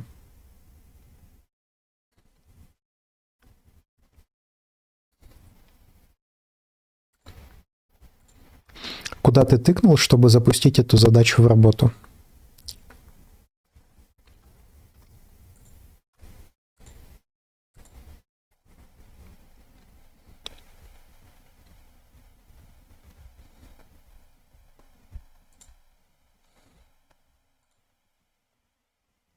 Нигде отдельно не тыкал, я создал задачу с заголовком «Привет» и выбрал Hermes Dev как исполнителя в Paperclip. Назначение агента на задачу автоматически запускает прогон. Отдельной кнопки «Запустить» не нажимал. Круто. Да, вот мы разобрались, как работает запуск задачи, а то я создал задачу и не понимал, что там происходит. То есть вот сердцебиение – это автоматический запуск.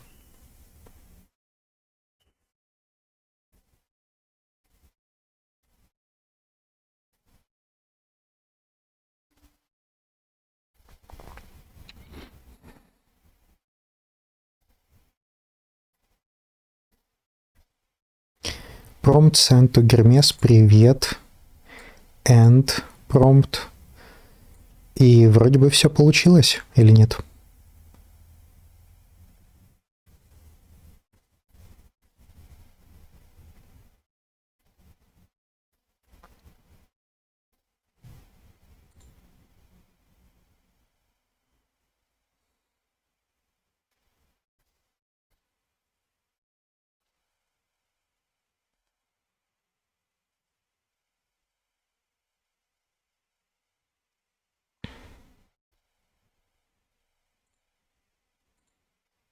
Обычно было видно, что Гермес загружается. Здесь я не вижу, чтобы Гермес загрузился.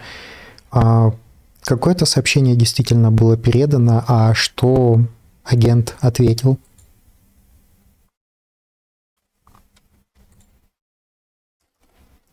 Что в логах?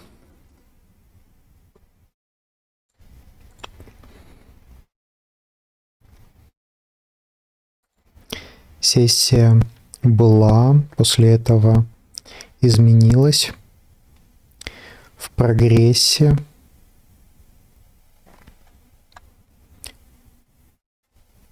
Привет, чем я могу вам помочь сегодня? Ну, то есть промпт успешно передался.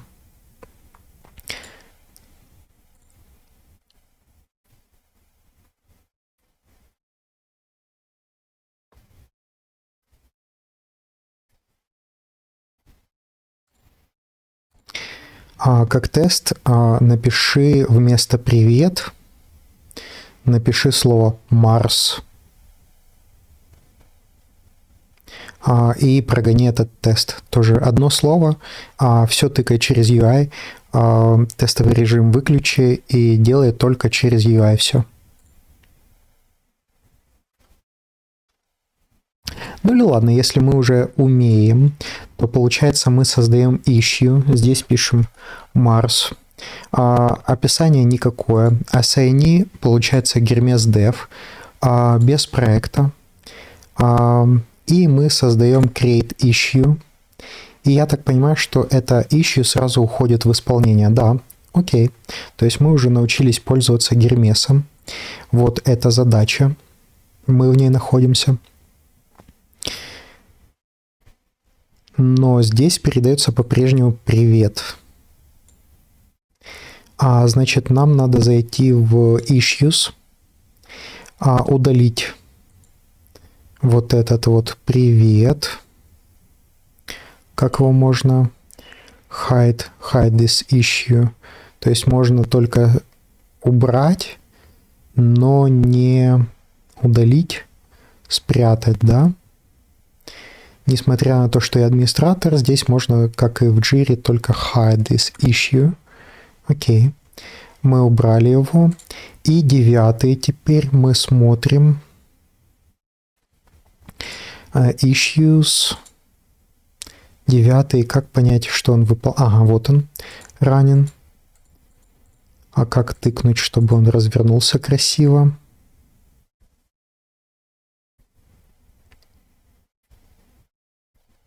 То есть он тоже тут загрузил промпт «Привет», хотя у нас есть промпт «Марс».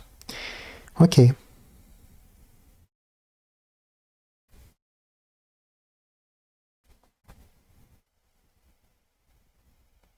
Получается, тот скрипт, который написал наш Cloud Code, он полностью заменяет собой все задачи Paperclip. То есть обертку, которую он создал, она сломана, и он полностью все ломает и переписывает. Окей, тогда открываем IDE, чтобы контролировать, что и как там у нас.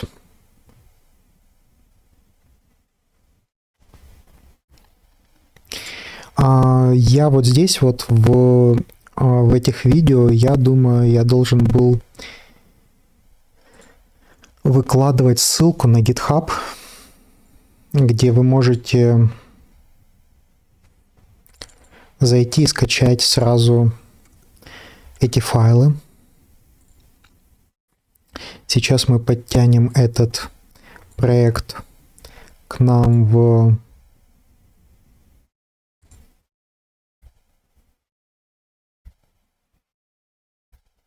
или, может быть, он уже здесь есть. Ладно, git clone. Это название. Клонировать. Не пустая. Давайте мы ее откроем.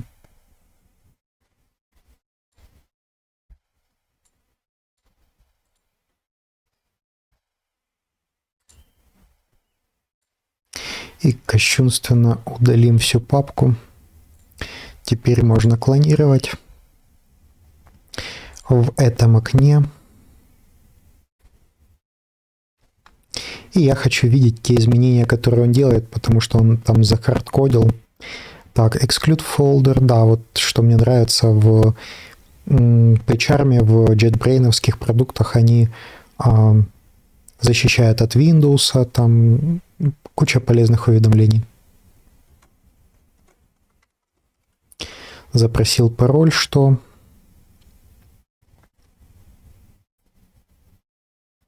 Все правильно. Так. Ctrl-Shift-C.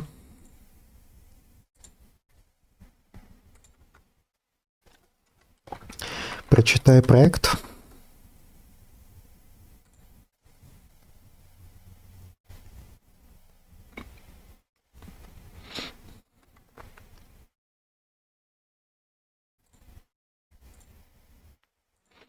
Смотри, какая у меня идея и задача. Я хочу сформировать проект, чтобы я в будущем мог воспользоваться и чтобы зрители могли воспользоваться. Все работы, все изменения, которые ты делаешь по настройке связки между Paperclip, Hermes и ZAI, я хочу, чтобы они были в этой папке. В readme файле, если ты делаешь какие-то пробросы, что, допустим, из путей обращается в какой-то файл с каким-то содержимым, то это должно быть... Все исполняемые файлы, они должны лежать именно здесь, в этой папке. А все остальные, они должны быть просто как ссылками. То есть, чтобы они запускались, но исполнение кода происходило все здесь. Можешь ли ты это сделать? В чем мне не понравилось, что было до этого? Мне не понравилось, что было до этого, что у нас не было гид-коммитов, то есть у нас не было успешных версий.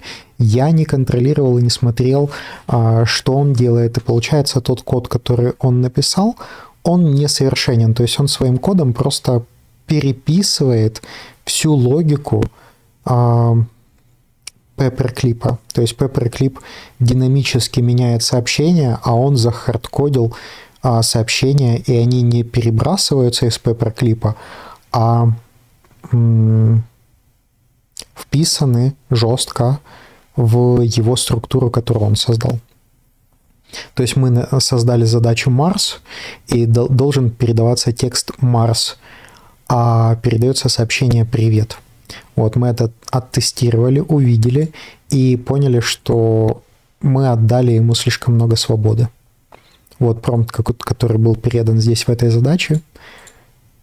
Вот начало промпта, который сказан, вот конец, и все успешно, кстати, передано.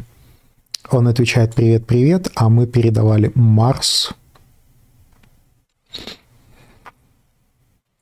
Поэтому я хочу видеть код, что он там делает. Все исполняемые файлы, чтобы были здесь, а уже всякие связки, чтобы он перепрописал, чтобы оно отсюда все использовалось.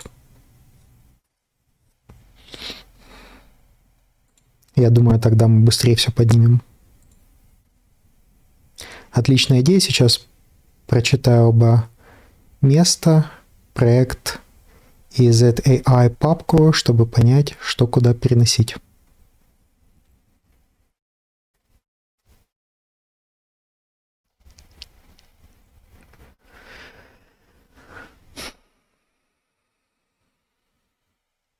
Веб-кодили. Теперь переходим к best practice, мировым best practice, что все у нас есть в проекте, коммитим в GitHub, контролируем этапы, но я надеюсь, что Paperclip нас все-таки освободит от этой всей рутины и что он эффективен. Что мы сейчас не зря так мучаемся ради того, чтобы настроить его. Я так понимаю, что все равно... Или уже, кстати, даже подписка сработала.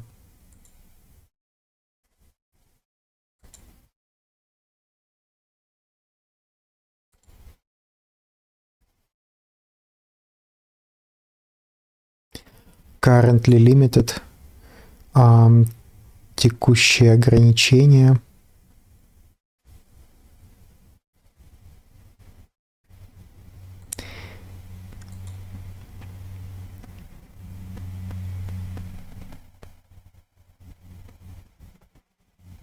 Вроде бы валидно, но здесь оно как-то или не отражается.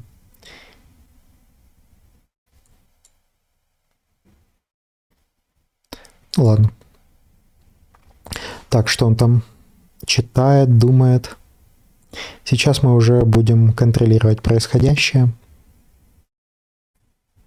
И у вас тоже будет файл, который и файлы, и документация, которые рабочие.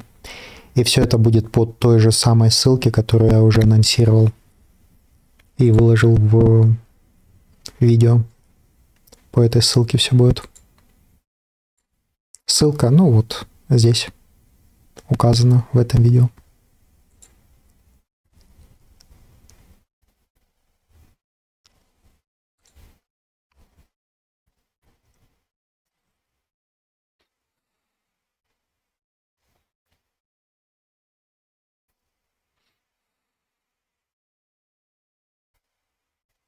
А почему работает через десктоп?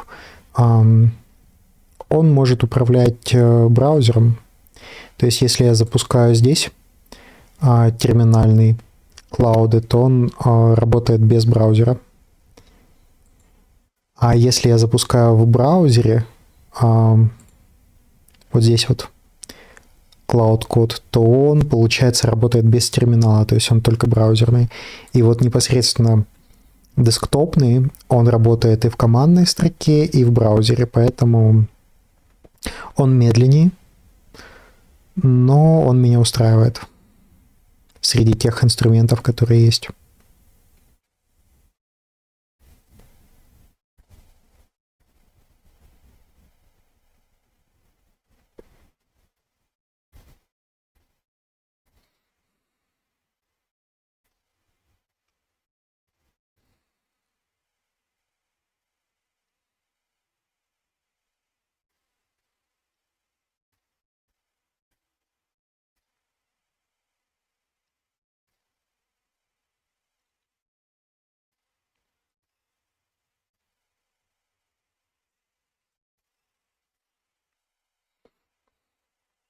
Думает.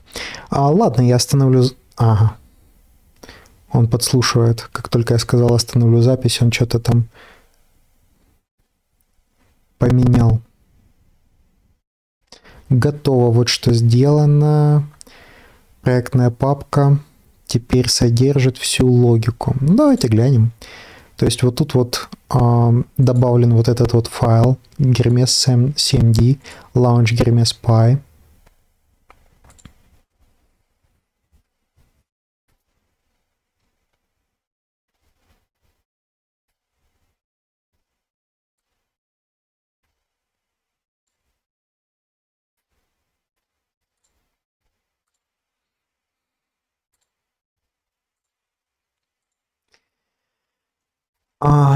Что нужно сделать пользователям для того, чтобы у них сработали эти файлы, которые лежат вот так вот в папке? По-моему, там что-то мы делали для того, чтобы Hermes запускался по команде Hermes. То есть он где-то там должен в определенном месте лежать. И все остальное, чтобы срабатывало и чтобы связки работали, то оно должно как-то быть унифицировано у нас, да?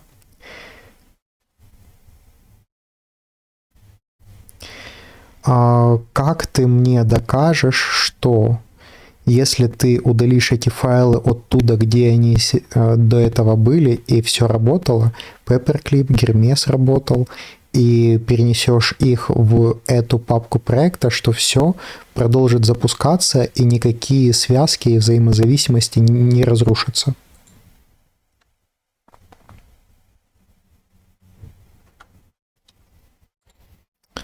Очень надеюсь, что мы мучаемся. А мы мучаемся не зря. Поднимем Paperclip, и все будет работать с ZAI. Ну, у вас будет все проще. То есть вы можете это посмотреть или там не посмотреть, и будет все, я надеюсь, по той вот ссылке в GitHub, чтобы было удобно скачать. И там уже будут финальные версии связки.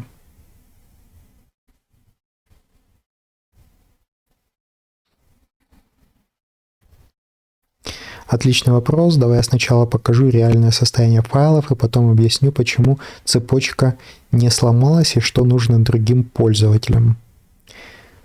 Вот полная картина. Я ничего не удалял, только изменил содержимое ZAI Hermes 7D. Цепочка стала такой: Paperclip, ZAI Hermes 7D, заглушка, Project Launch Hermes Pi. А первые два звена тоже, что были, изменилось только третье. Но ты задаешь более глубокие вопросы, что нужно другому пользователю, чтобы все это заработало у него. Здесь есть реальная проблема. В ZAI Hermes 7D сейчас захардкожен путь. Ну это нормально. Это не пересоздаваемо для другого пользователя. Правильная схема для воспроизводимости.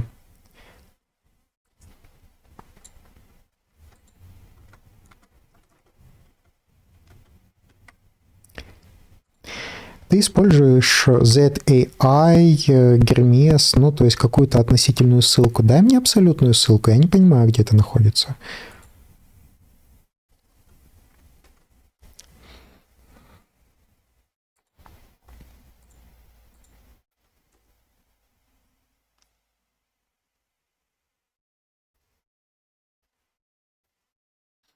Пока что будет все захардкожено у нас, пока оно как работает, не трогай, да, перепрописывать на какие-то динамические, чтобы оно подтягивало из каких-то скриптов, что-то там делало, не хочу.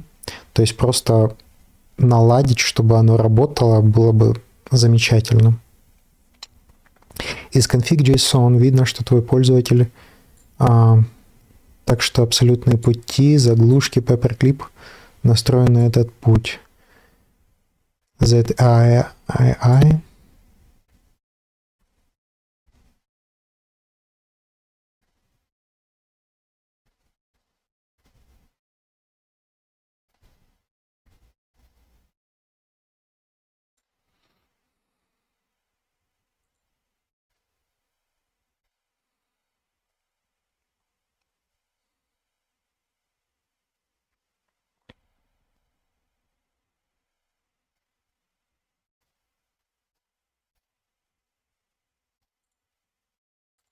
Я хочу, чтобы все управляющие файлы были внутри проекта, и перепиши те пути и сотри те файлы. Сотри это волнительно, то есть пока что у нас нету рабочего, пока оставь те файлы. Нет, давай так. Создай в корне проекта папку архив и туда перенеси все файлы, именно перенеси, чтобы они исчезли там, где они сейчас есть, и перепропиши новые пути в Paperclip, где искать все заглушки, которые нужны.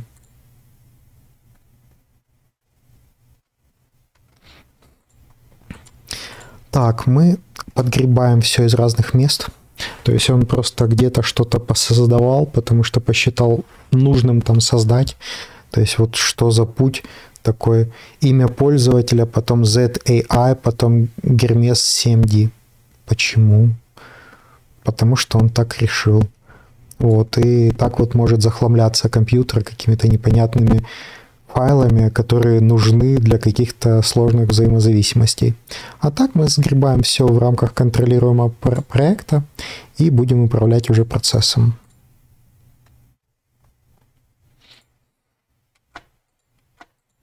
Добавляю к отслеживанию. Красненько это не были добавлены. Я их выделил. Ctrl-Alt-A, и они добавились к отслеживанию.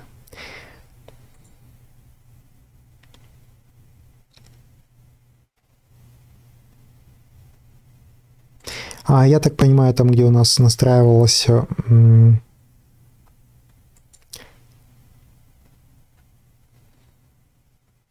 environment или configuration, вот здесь вот мы просто будет другой путь.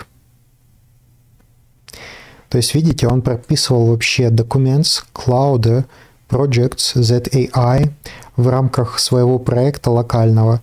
То есть если бы мы просто переустановили винду, то все снесется. То есть все умрет, все потеряется. Поэтому отсюда надо все действительно сохранять. Ой-ой. Это он взял под свое управление.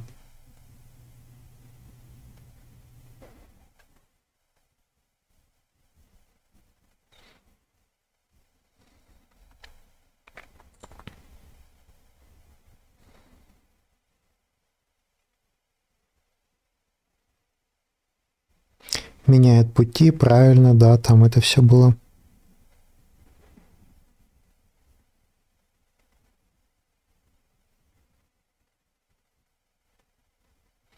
Ну и финально надо тест environment. Тут из-за того, что я находился, то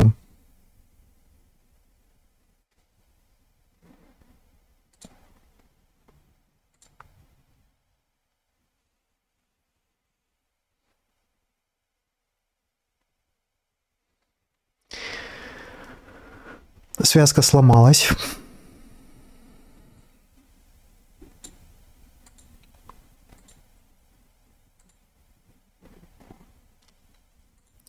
А что у нас, если просто так запустить? Гермес. Ну, пути, получается, нарушились.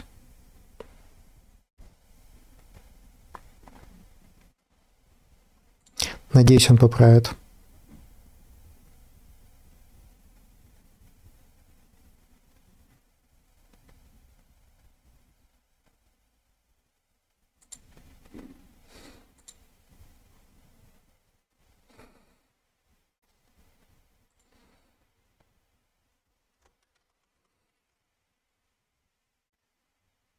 Ну или ладно, дополнительно не будем запускать, чтобы уже все в одном сделали.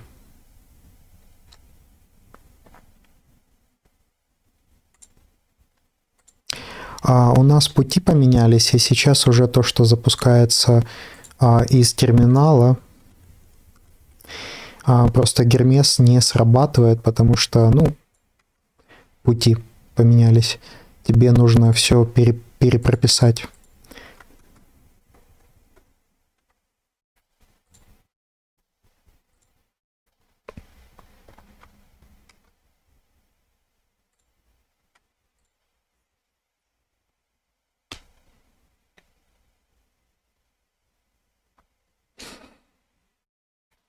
Он говорит, все сделано.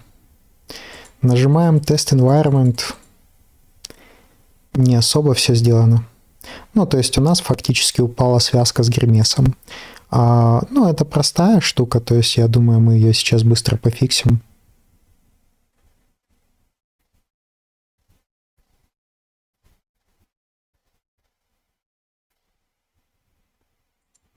Че, он меня не услышал?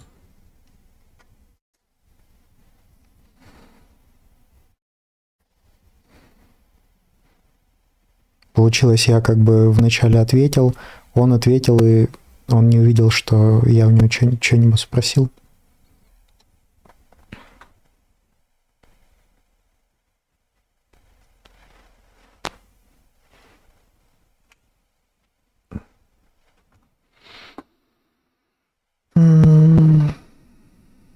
Да, непросто.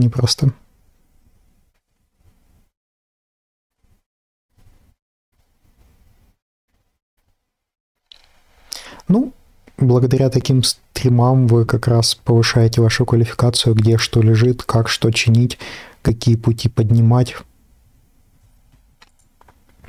Давай попробуем Гермес Version. Нам надо этот терминал закрыть и новый открыть, чтобы все перезапустилось. Просто Гермес.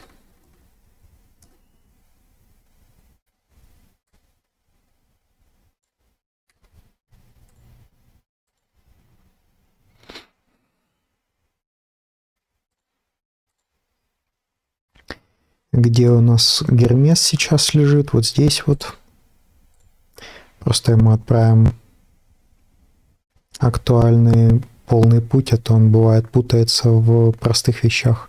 Может написать какой-то сложнейший код, а из-за того, что он там в какой-то виртуальной Linux среде, то у него, получается, пути бывают сломанные.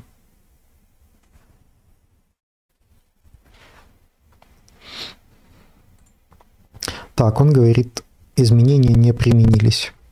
Ну окей, мы закрываем этот терминал, открываем, прописываем, ну да.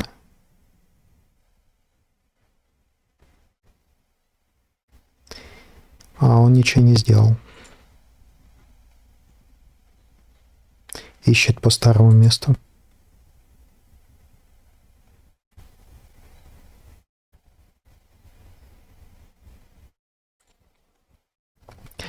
Дай задание, что нужно сделать. Напиши ТЗ подробные.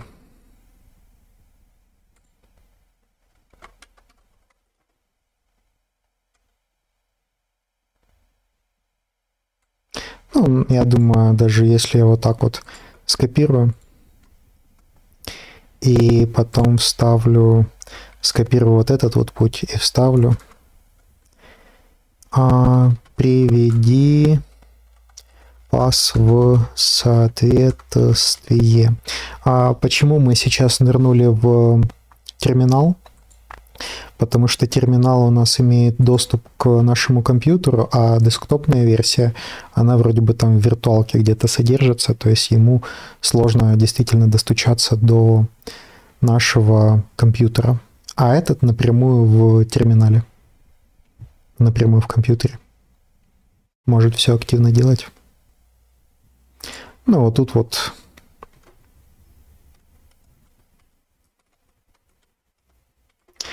Гермес Version будем проверять, получилось у него или нет, по-быстрому.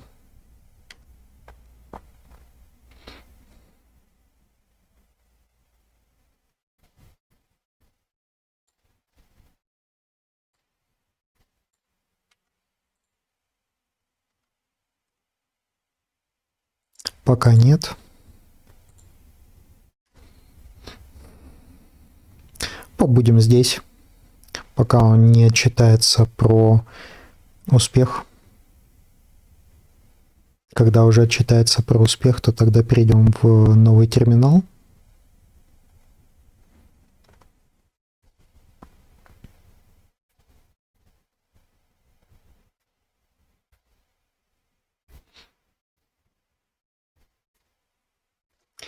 И сам проверь, что все прописалось. Ну, и дал ему команду Hermes Version.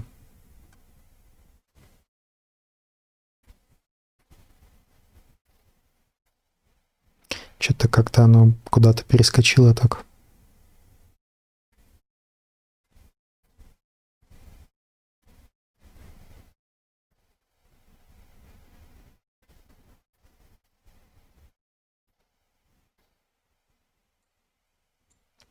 Я обычно вот так вот выделяю, потому что я хочу понимать, что происходит.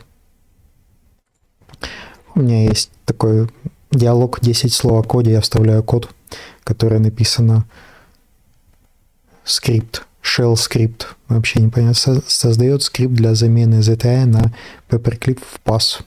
Окей. Делай.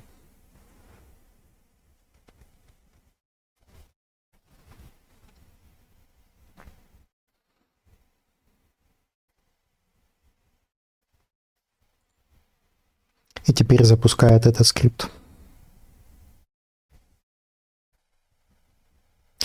Ну вот, 92% лимитов мы использовали прямо в прямом эфире.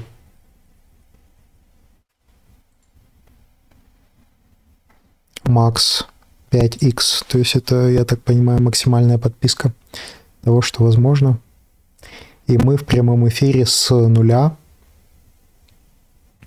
до соточки дошли, это причем в ручном режиме, не в агентском режиме.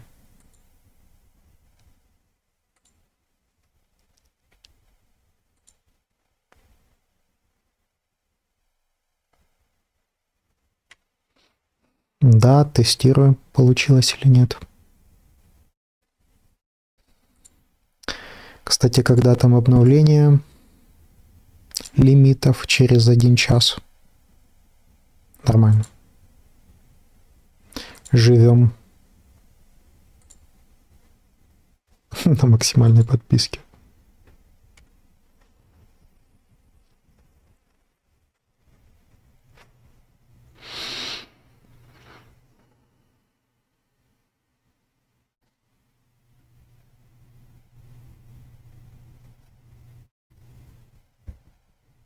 Скрипт работает.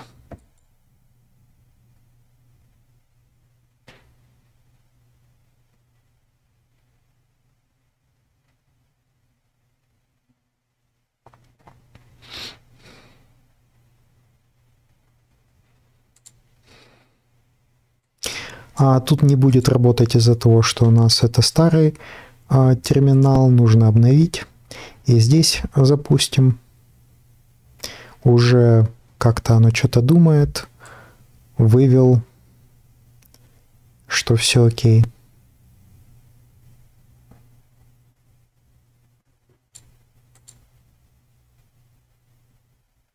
То есть уже мы подняли, все работает.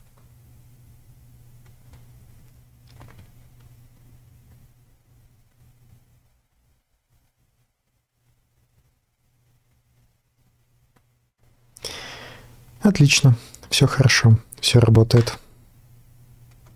Спасибо.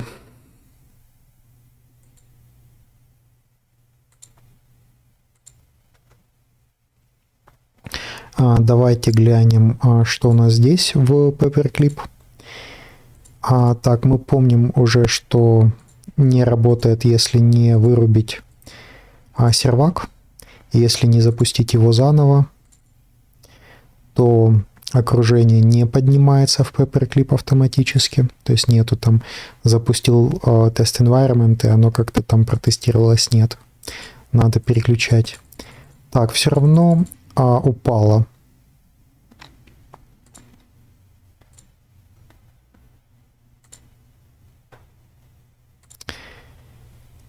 Все-таки здесь быстрее как-то работает, чем тот браузерный. Браузерный как-то слишком медленно работает. Я так не хочу. Хочется как-то ускориться. Прочитай проект.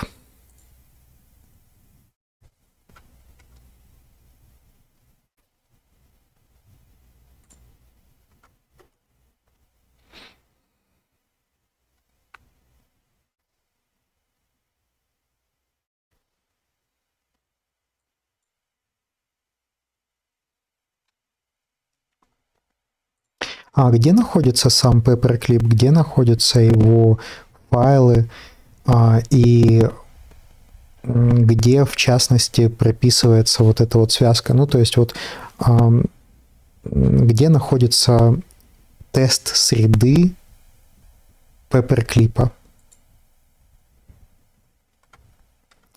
Наш десктопный уже хотя бы эту информацию быстро нам может сообщить, я надеюсь. И пока надиктуем Cloud-коду контекст. Мы ранее подняли связку, которую ты можешь читать в readme файле. И сейчас уже переместили все файлы из того, где они лежали, в каких-то локальных местах внутрь этого проекта. Ну и, соответственно, все взаимозависимости и обертки порушились. И сейчас Paperclip, он не показывает, что тест окружения корректно пройден. И надо донастроить так, чтобы поднялась связка, которая была до этого. То есть связка была такая, что Герместа работает из-под Linux, который виртуалится в винде, а Paperclip работает в винде. И вот этот вот проброс работал, а сейчас, когда поменялись местами файлы, то эта связка поменялось. С одной стороны почини, с другой стороны дополни в readme файл, чтобы ты в будущем смог вспомнить, что нужно сделать, чтобы связка поднялась с этими файлами.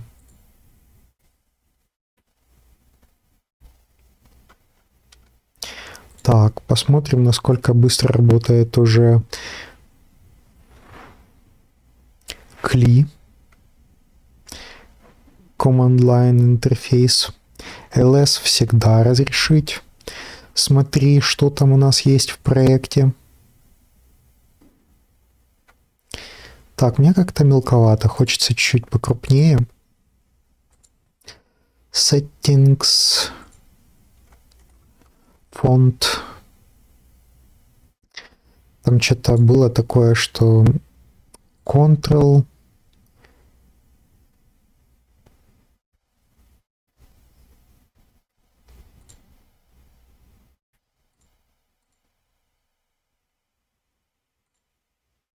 Ctrl и мышка.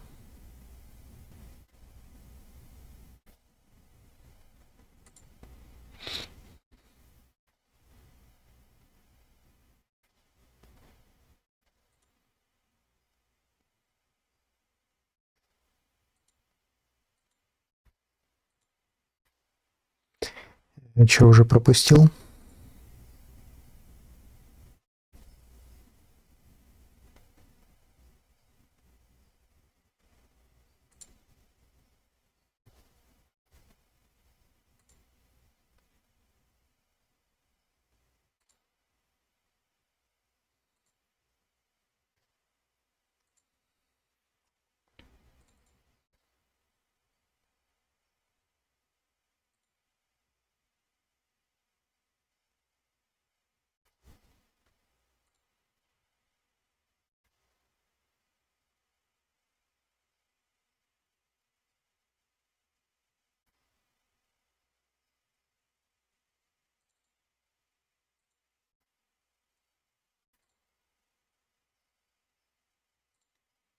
Так, пробуем. Работает, окей.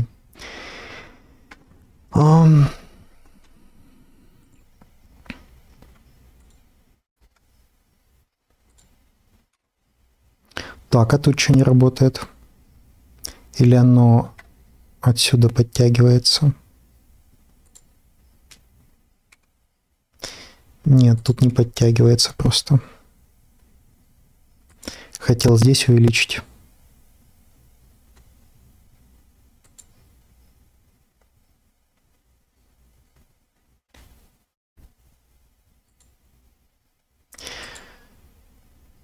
Так, он все пытается найти какие-то файлы.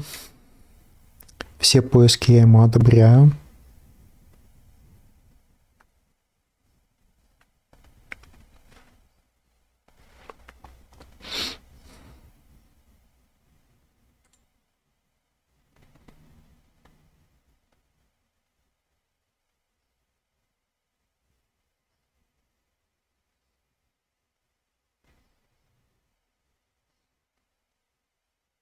Так, вот здесь вот, где у нас хранятся инструкции, компании, агенты и инструкции.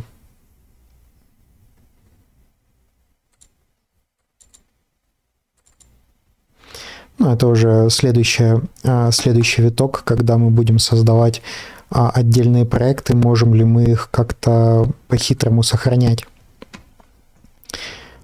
Как вообще сохранение происходит в Paperclip? Ну, окей. Тут хотя бы я вижу, что происходит. Это мне сильно понятнее, то есть он ищет файлы, и, ну, мне спокойно, что он не завис, если честно. А здесь, когда он просто пишет «думаю», мне ничего не понятно. То есть он завис, он действительно что-то думает. Если он думает, что он думает или что он делает, здесь я, ну, хотя бы могу читать, понимать более-менее. Тут по поиску ищет какие-то вещи.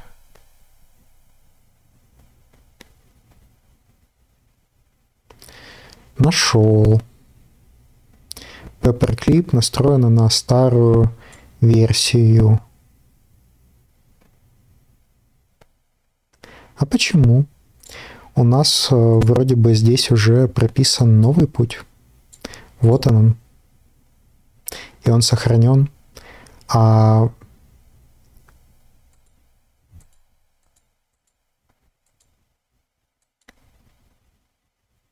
где же он тогда прописывается, если не здесь?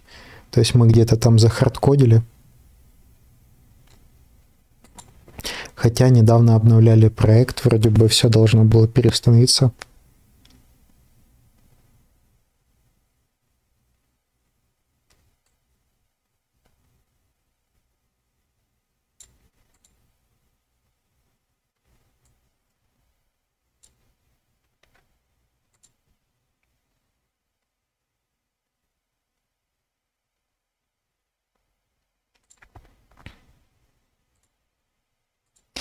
Нет, заглушку не надо в старое место, сразу уже просто там пропиши правильный путь и все. Заглушку дополнительную делать не надо. Ну, этот со мной общается, этот там что-то пишет мне, то есть мне сильно понятнее, что происходит.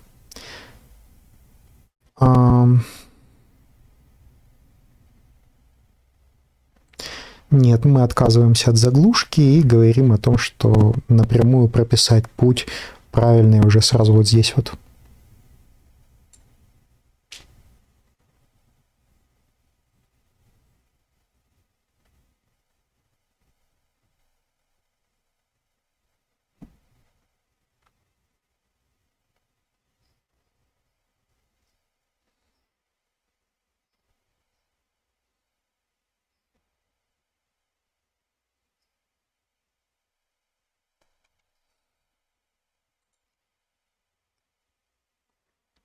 Так, что значит проверить API Health? Ну это, наверное, как раз проверка вот этого окружения.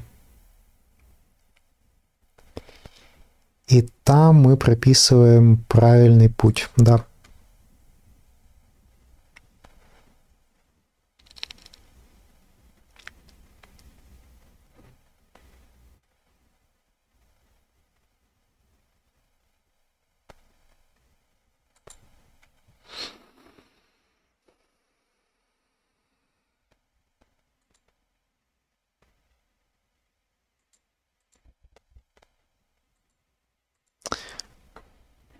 Нам, получается, опять надо убить процесс, но вначале мы пропишем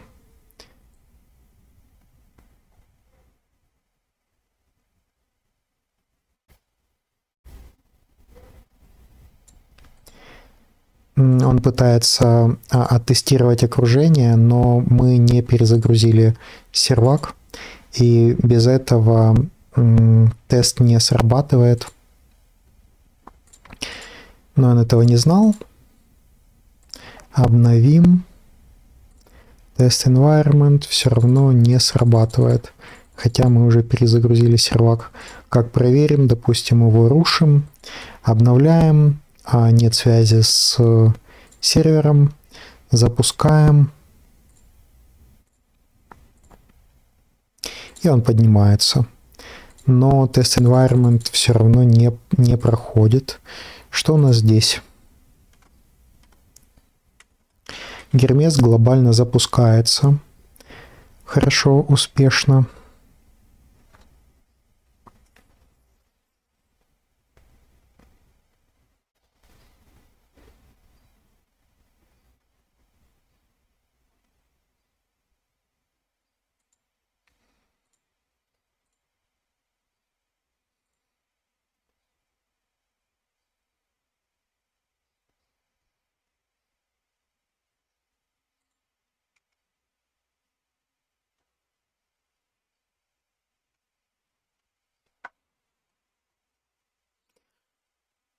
То есть еще идет на старый путь.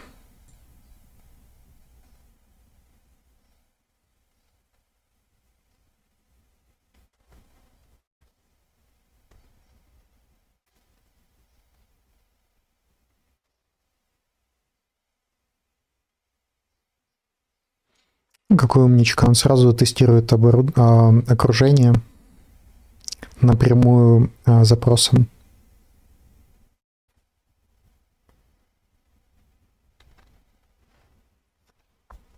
Ну, мне кажется, из-за того, что я вижу логи, что он очень быстрый. Давай сначала проверим, что сейчас возвращает окружение. Да, давай. И в будущем тоже разрешаю.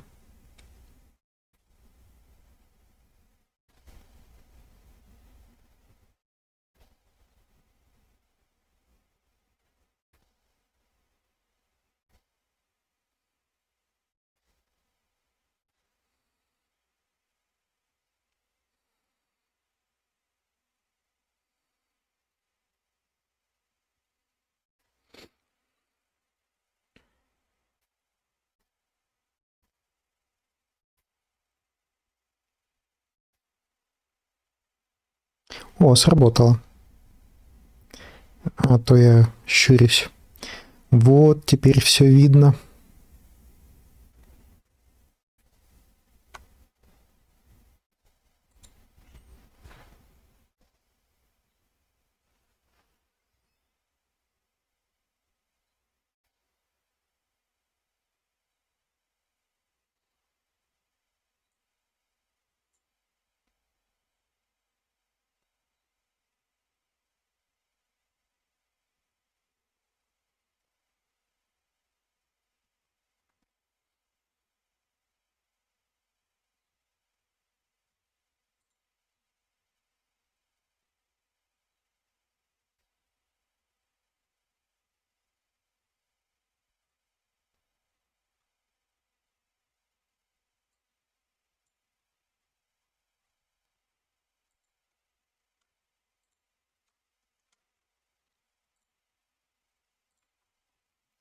Должны ему сказать о том, что сервак надо перезагружать, чтобы окружение подтянулось.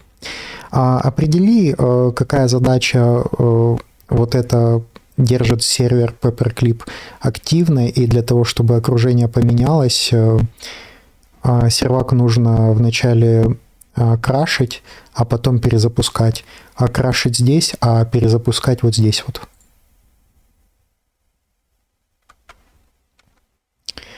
Так, даем ему...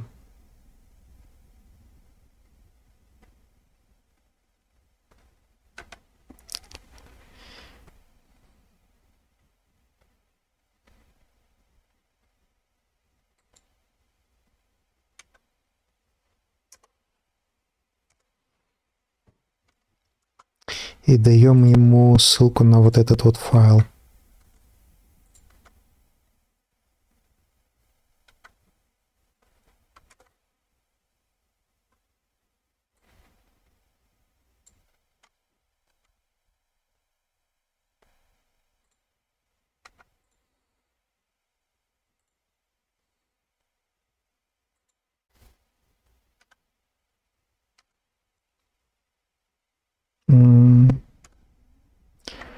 Бэкслэш и название файла.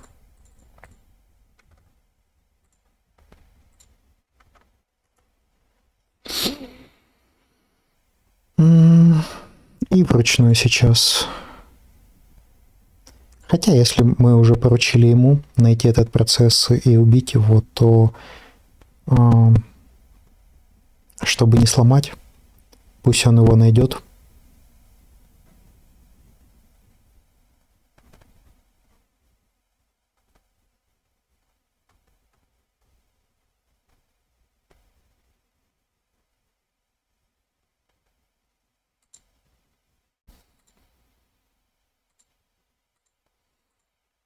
Потому что так не сработает.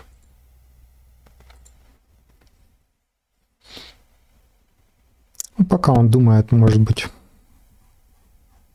можно по-быстрому крашнуть, перезапустить. И глянуть, что там по-прежнему. Также.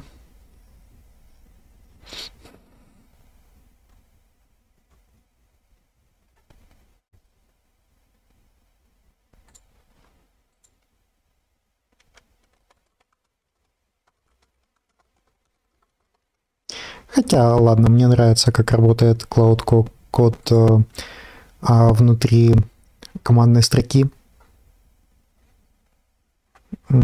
Пусть он уже попытается добить эту задачу, когда два агента сражаются на перегонки, кто справится быстрее. Непонятно, кто из них справился.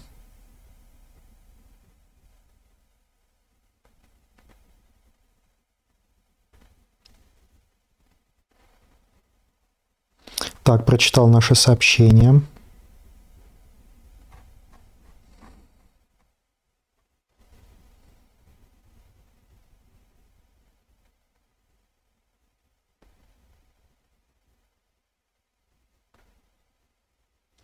Услышал нашу задачу, что, ну, смотрим, вот когда упадет этот процесс, то значит он его нашел. Лишь бы нашел именно этот процесс, потому что в одном из видео я сказал: заверши все процессы по текущему проекту, и он завершил все процессы Windows. Крашнул систему.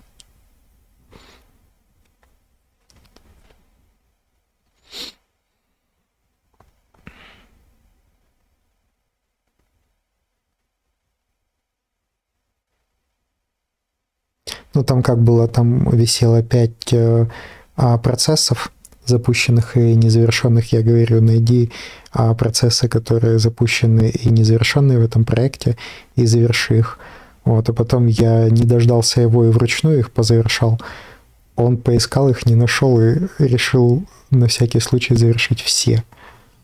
Видеозапись, Explorer, Windows.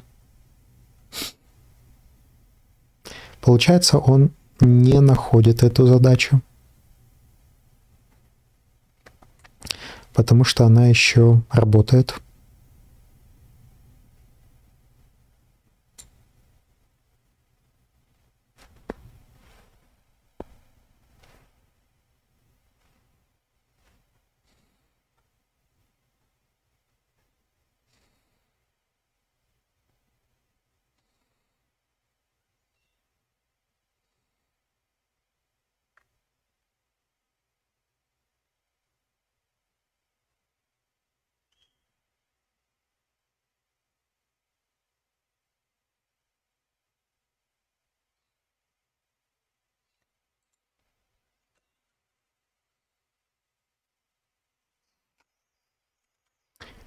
Интересно, что у нас там показывается эта задача в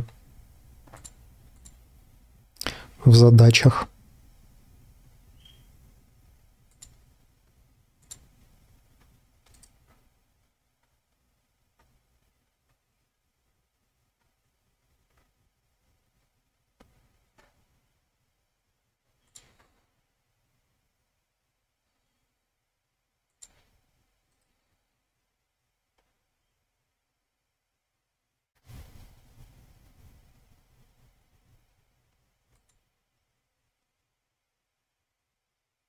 И где он?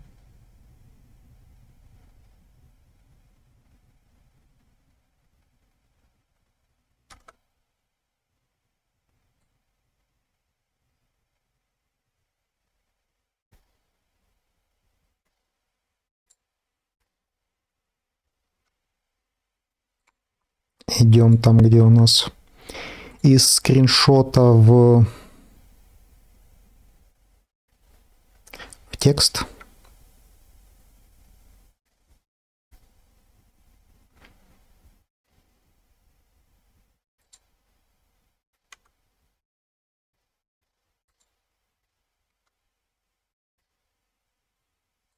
Не воспринимает этот формат как-то.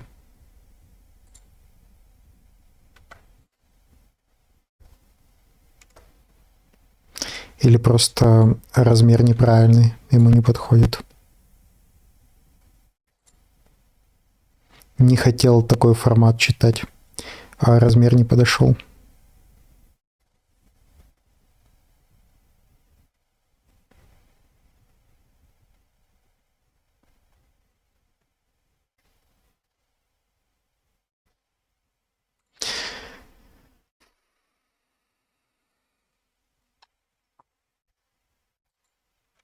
Я...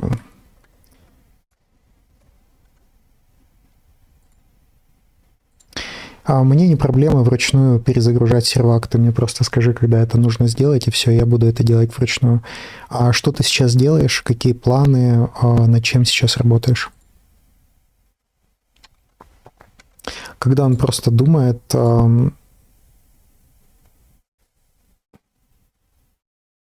мы уперлись в лимиты. То есть мы просто уперлись в лимиты, и поэтому он больше ничего и не думает. Да? Все, 100%. Ну что,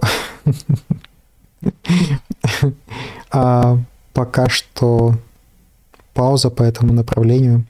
Исчерпали максимальные лимиты. Есть Pro, есть Max, есть Max 5X, который мне сейчас временно бесплатно подарили сами антропики. Вот, мы пока что уперлись. Бьемся над задачей. Просто чтобы работала связка Paperclip, ZAI. Что-то получалось.